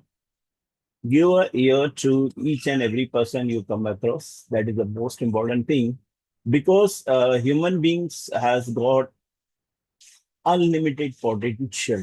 You can never underestimate any of the person, even if that person is at the bottom of your organization. There's lots that can be learned from that person. So every communication is very, very important. And then you need to be self-aware, as Dr. Shalini Sinha, that check your emotional quotient, emotional intelligence. That is the most important thing. This will help you to understand yourself and others, because this society is made of the people. You cannot imagine society without persons, and you had to live in a great balance with the rest of the members in your society. Let it be your family, let it be your neighborhood, let it be your college, let that may be a workplace. Emotional intelligence is very, very, very important. You cannot live by reacting to the situations, but you need to learn how to respond to different situations in your life. So here, what we need to really learn a lot. One is cooperation, another is collaboration. Collaboration with technology, collaboration with people, collaboration with environment is the most important thing that you really need to manipulate for your development and for the benefit of your surrounding. Now, collaboration, what I'm saying is nothing but when you are there in the classroom. Let me share one of my experiences. Whenever I sit in the classroom, I used to listen to the speaker. Let speaker be the teacher. Let the speaker maybe the student, let speaker, maybe anyone else, maybe a audio clipping that may go on in the classroom. Because, and even while appearing for the examination, I never used to know who's sitting to my left and who's sitting to my right because I was totally focused. And this is what has helped me in listening and learning, because many things can be learned through the listening. So listening is very, very important. And then suppose that if somebody asks you in a group to respond, then this will help you to contemplate, reflect, and then speak from your end. What you are speaking should be mindful. It should not hurt others. It should be your independent view. You may say that I respect your idea is excellent, but my view is this. This is going to help you to put forth your ideas, your thoughts in a very scientific manner, and people will accept it. So this is what should be your reaction when you are sitting in a group, when you're sitting in the classroom, when you're sitting to the others. And another thing is that uh, you cannot carry enmity in your approach. Suppose that if you don't like a particular idea or a situation or a philosophy or a statement, you may say that I differ with this statement, but you cannot show a hatred or you can't get angry and then start scolding that person, because that person is a member of the group, and that person may have that kind of experiences, but your experiences are different. You can put forth your ideas and you can say that these are my experiences. So this is most important. This will help you to earn more friends in your classroom, because what happens, your engagement is most important. Your time is most important, as Dr. Shalini Sinha said, that invest your time very wisely. Even outside the classroom, you will Sir, be if I giving. may interrupt you. Yes.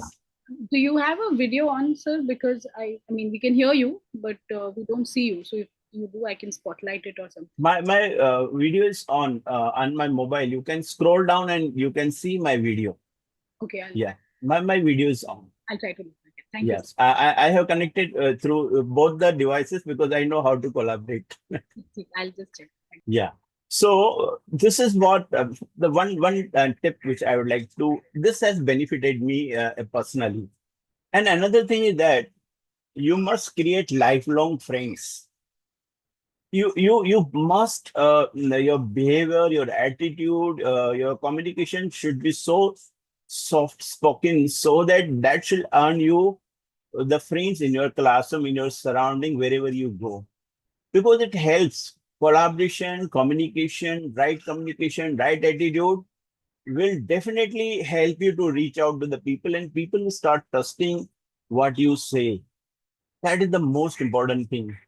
And if you do this, probably you will be elaborate more on the idea that you want to share with your friends. Another thing is that we practice social, emotional, and ethical learning in each of those learning platforms where we are available, where we participate. Let mode of we can say participation, maybe online, maybe the hybrid mode, maybe offline. That is the most important thing. So I will request you to read Dalai Lama on social, emotional, ethical learning.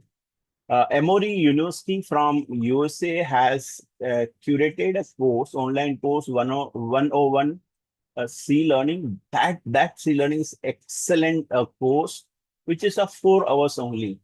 And I will wish that you shall go and register yourself online and do this course for 4 hours. And this course will open your minds. After doing this course, probably you will start putting your legs in other shoes and understanding people in your surrounding in a much more better manner. There will be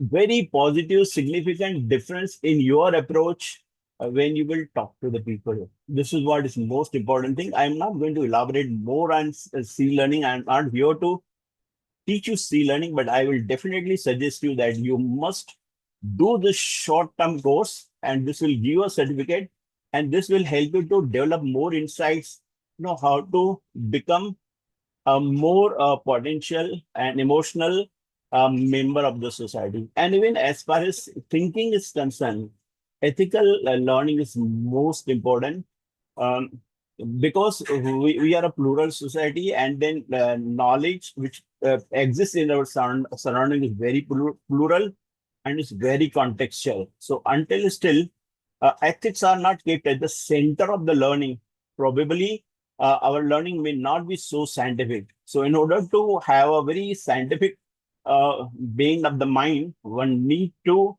learn ethically. So whatever that step, that action, that thoughts or action that you take in your life should be very, very ethical. And then the most important thing which I practice in my profession, wherever I go, the collaboration. Don't think you may be a selfish, but not beyond 5 to 10%, because God will take care of you. If you will conduct yourself in a very scientific manner, automatically you will shape your personality in a very positive and right direction. But what is the most important? The people who are around you, please take care of them. Uh, be more emotional and ethical towards them, and nurture them, respect them. That is the most important thing. I do not want to elaborate more on the advantages of respecting people. I will wish that you shall respect them, and then you show the conduct or the behavior that you would like to be behaved by the others. You just practice it at least for a week and see the response that you will get from your friends and from your teachers. I believe that you will feel more happy. Will feel more happy. Apart from this, I would like you to write a journal of yours. Now, this is your first day, maybe your first week of this journey of graduation. No doubt, as far as vertical sub-development are concerned, are more than 25, 30, and it may go to 1,000 also, including technology, AI. AI I think, it has started the journey from 2020 onwards, maybe in India and maybe in Europe. It may have arrived in different forms, maybe from the beginning of the 20th century itself. But I'm a beneficiary of collaborating with the digital pedagogies, interventions, digital pedagogies, artificial intelligence, generative AI, agentic AI.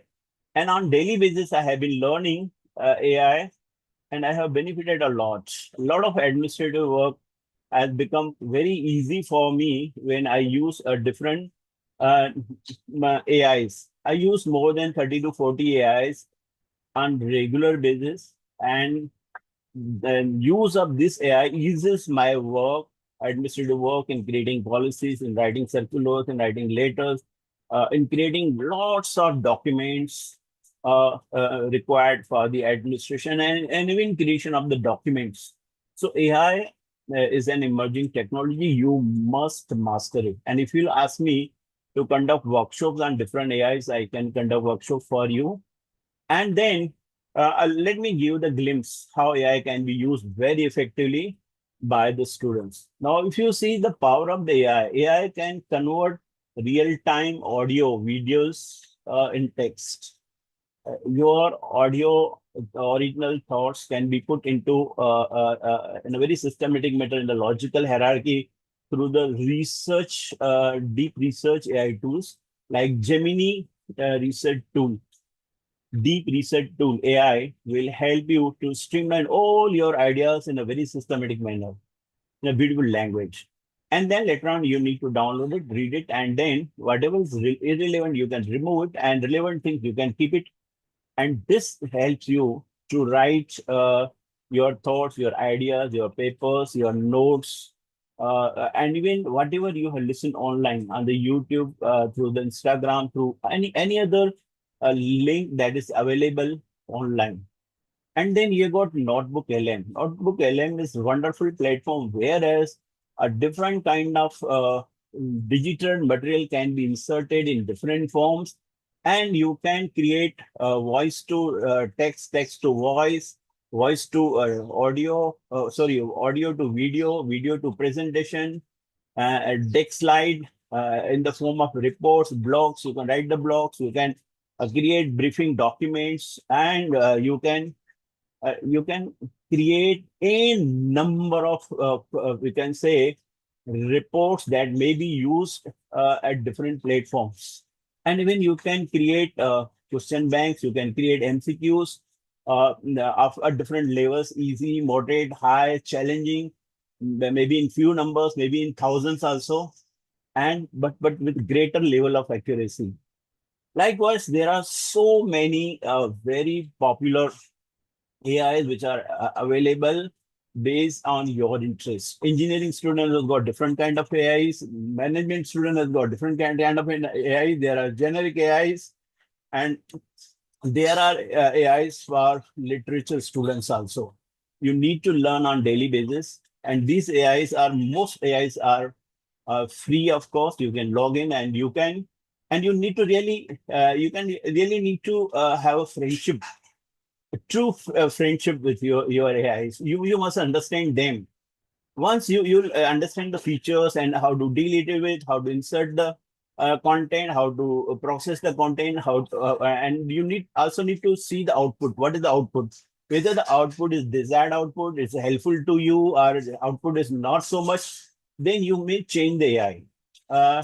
Suppose that there's a topic which you want to really study hard, and then suppose that if you have you have selected group, and you have you wanted to know whether AI is giving you the desired outputs or not. Suppose that the answer is very short and question may not be so elaborative, or maybe very short, and the explanation is not so much. And in spite of giving so many cues and prompts, if AI is not giving you the desirable results with which you are satisfied, please discard it. There are so many parallel AIs available which can give you a different level of outputs.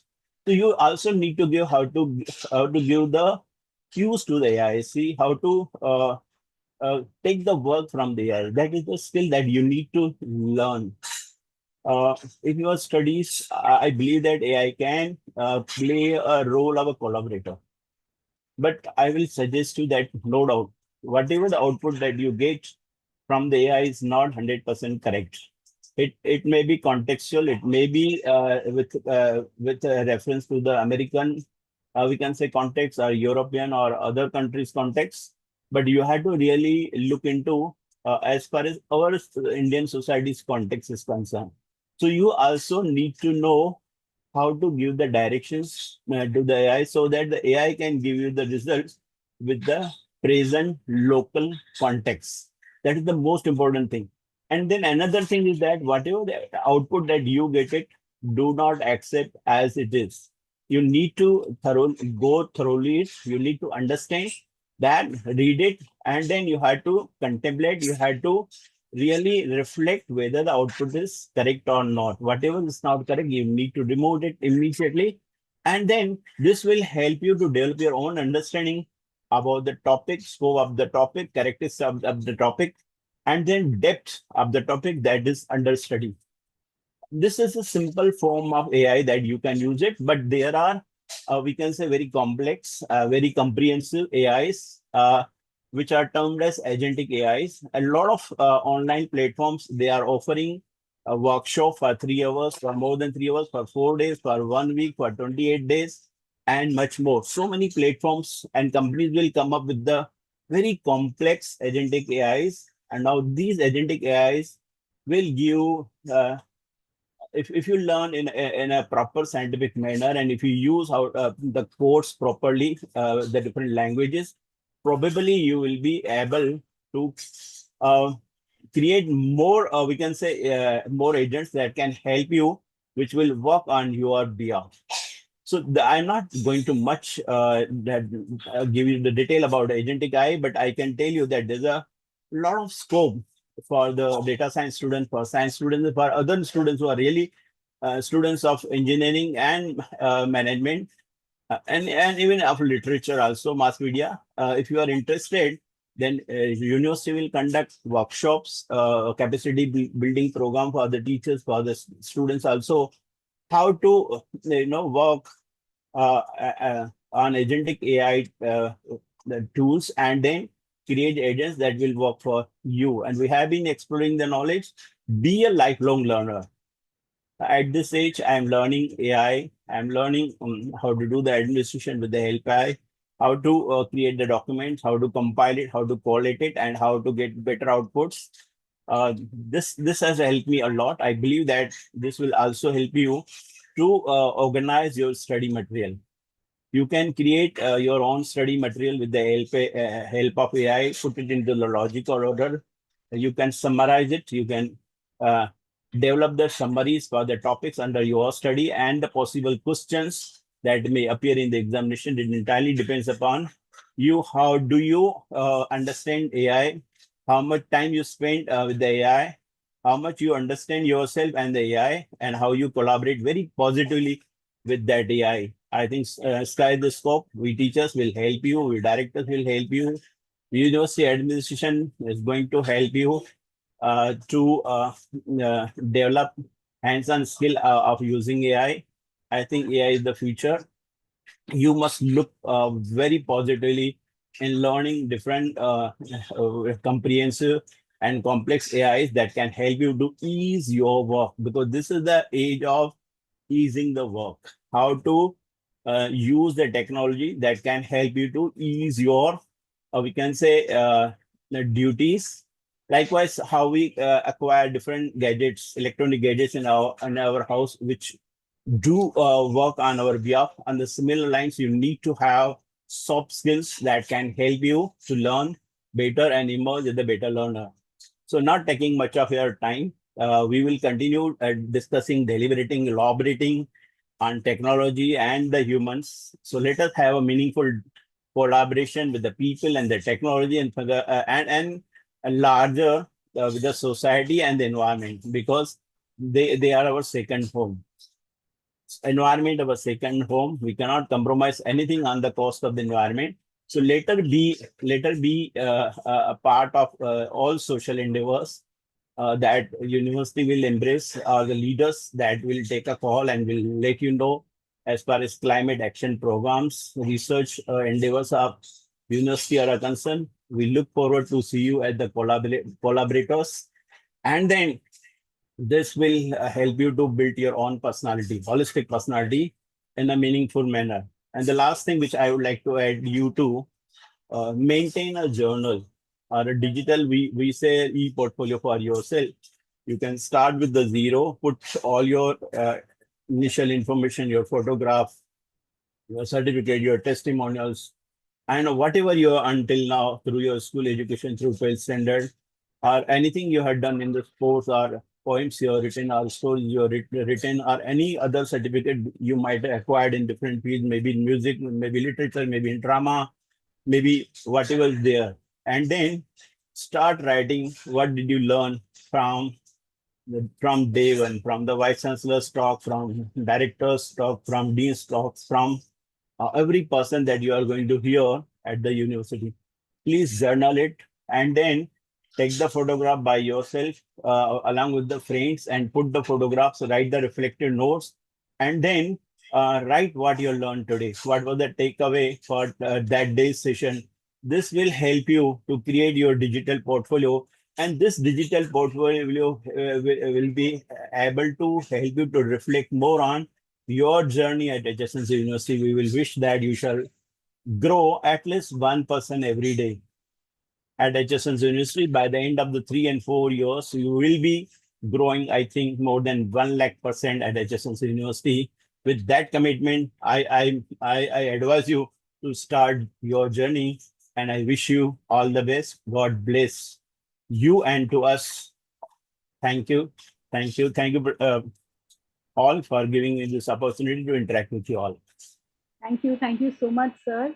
And I think what I really took away from your talk right now is that we are also still learning as teachers, right? And right now is a great moment for us to collaborate with the students, because with the coming of AI, I think students and teachers both need to collaborate to be able to work better in the future, because we are also now learning this new field. So thank you so much.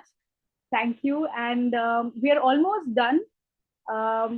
I would request all those people who are attending, who are the participants here, to just stay for 5-10 more minutes while I just announce a few things.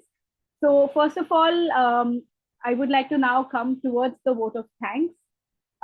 First of all, thank you to all the participants, all the students who have been with us for the last 3.5 hours and have been actively participating. I know many of you have, switched on your videos from time to time, have written in the chats. So thank you, a big thank you, a big applause to all of you. And, if you want in the chat, you can put an applause, because I think the reaction button is not there, but you can put an applause in the chat for yourself. So thank you, everyone. Dr. Rajesh, do you want to whip in with something before I go ahead?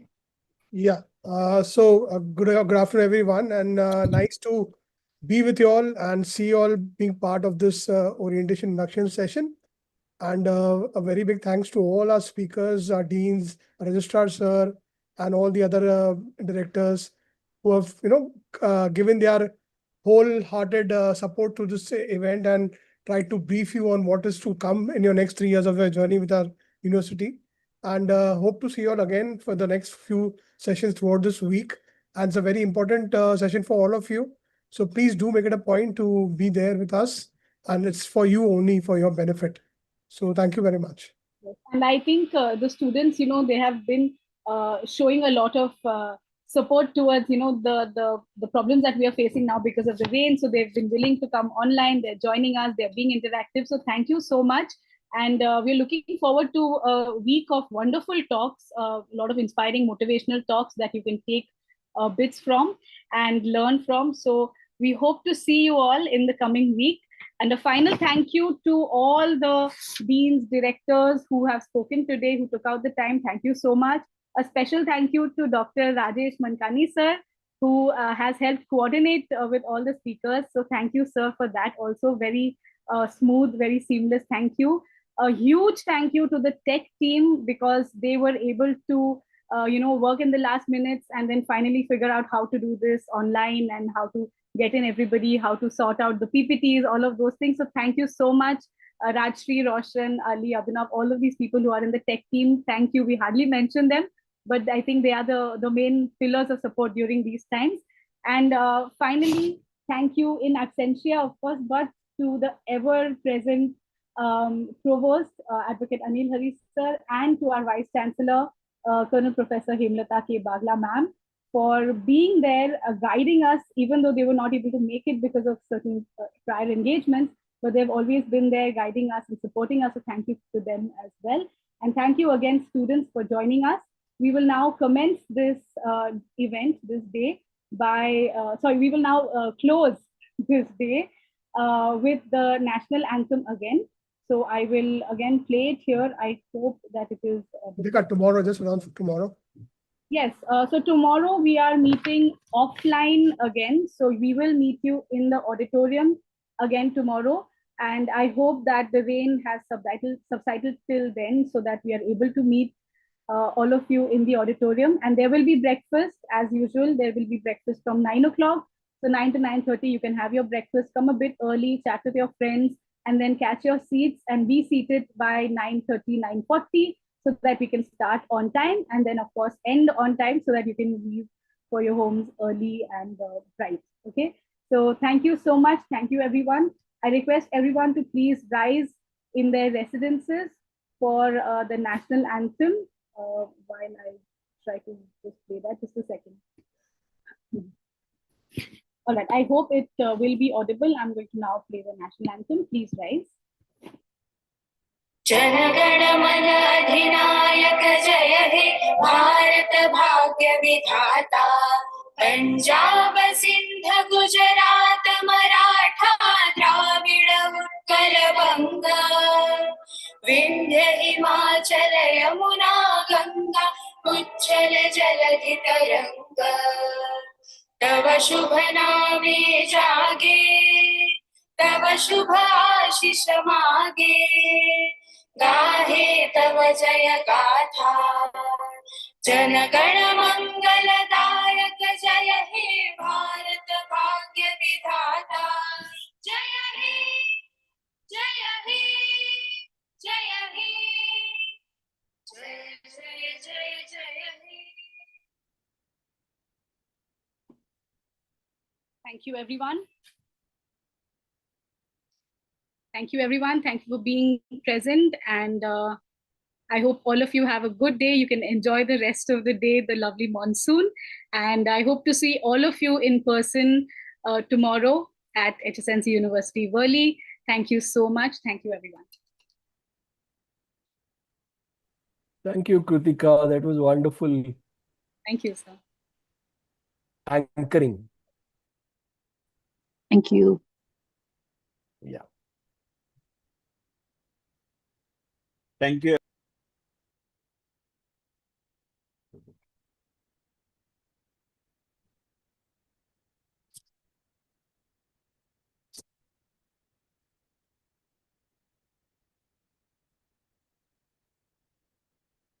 हाँ बोल नहीं meeting Thank you, everyone.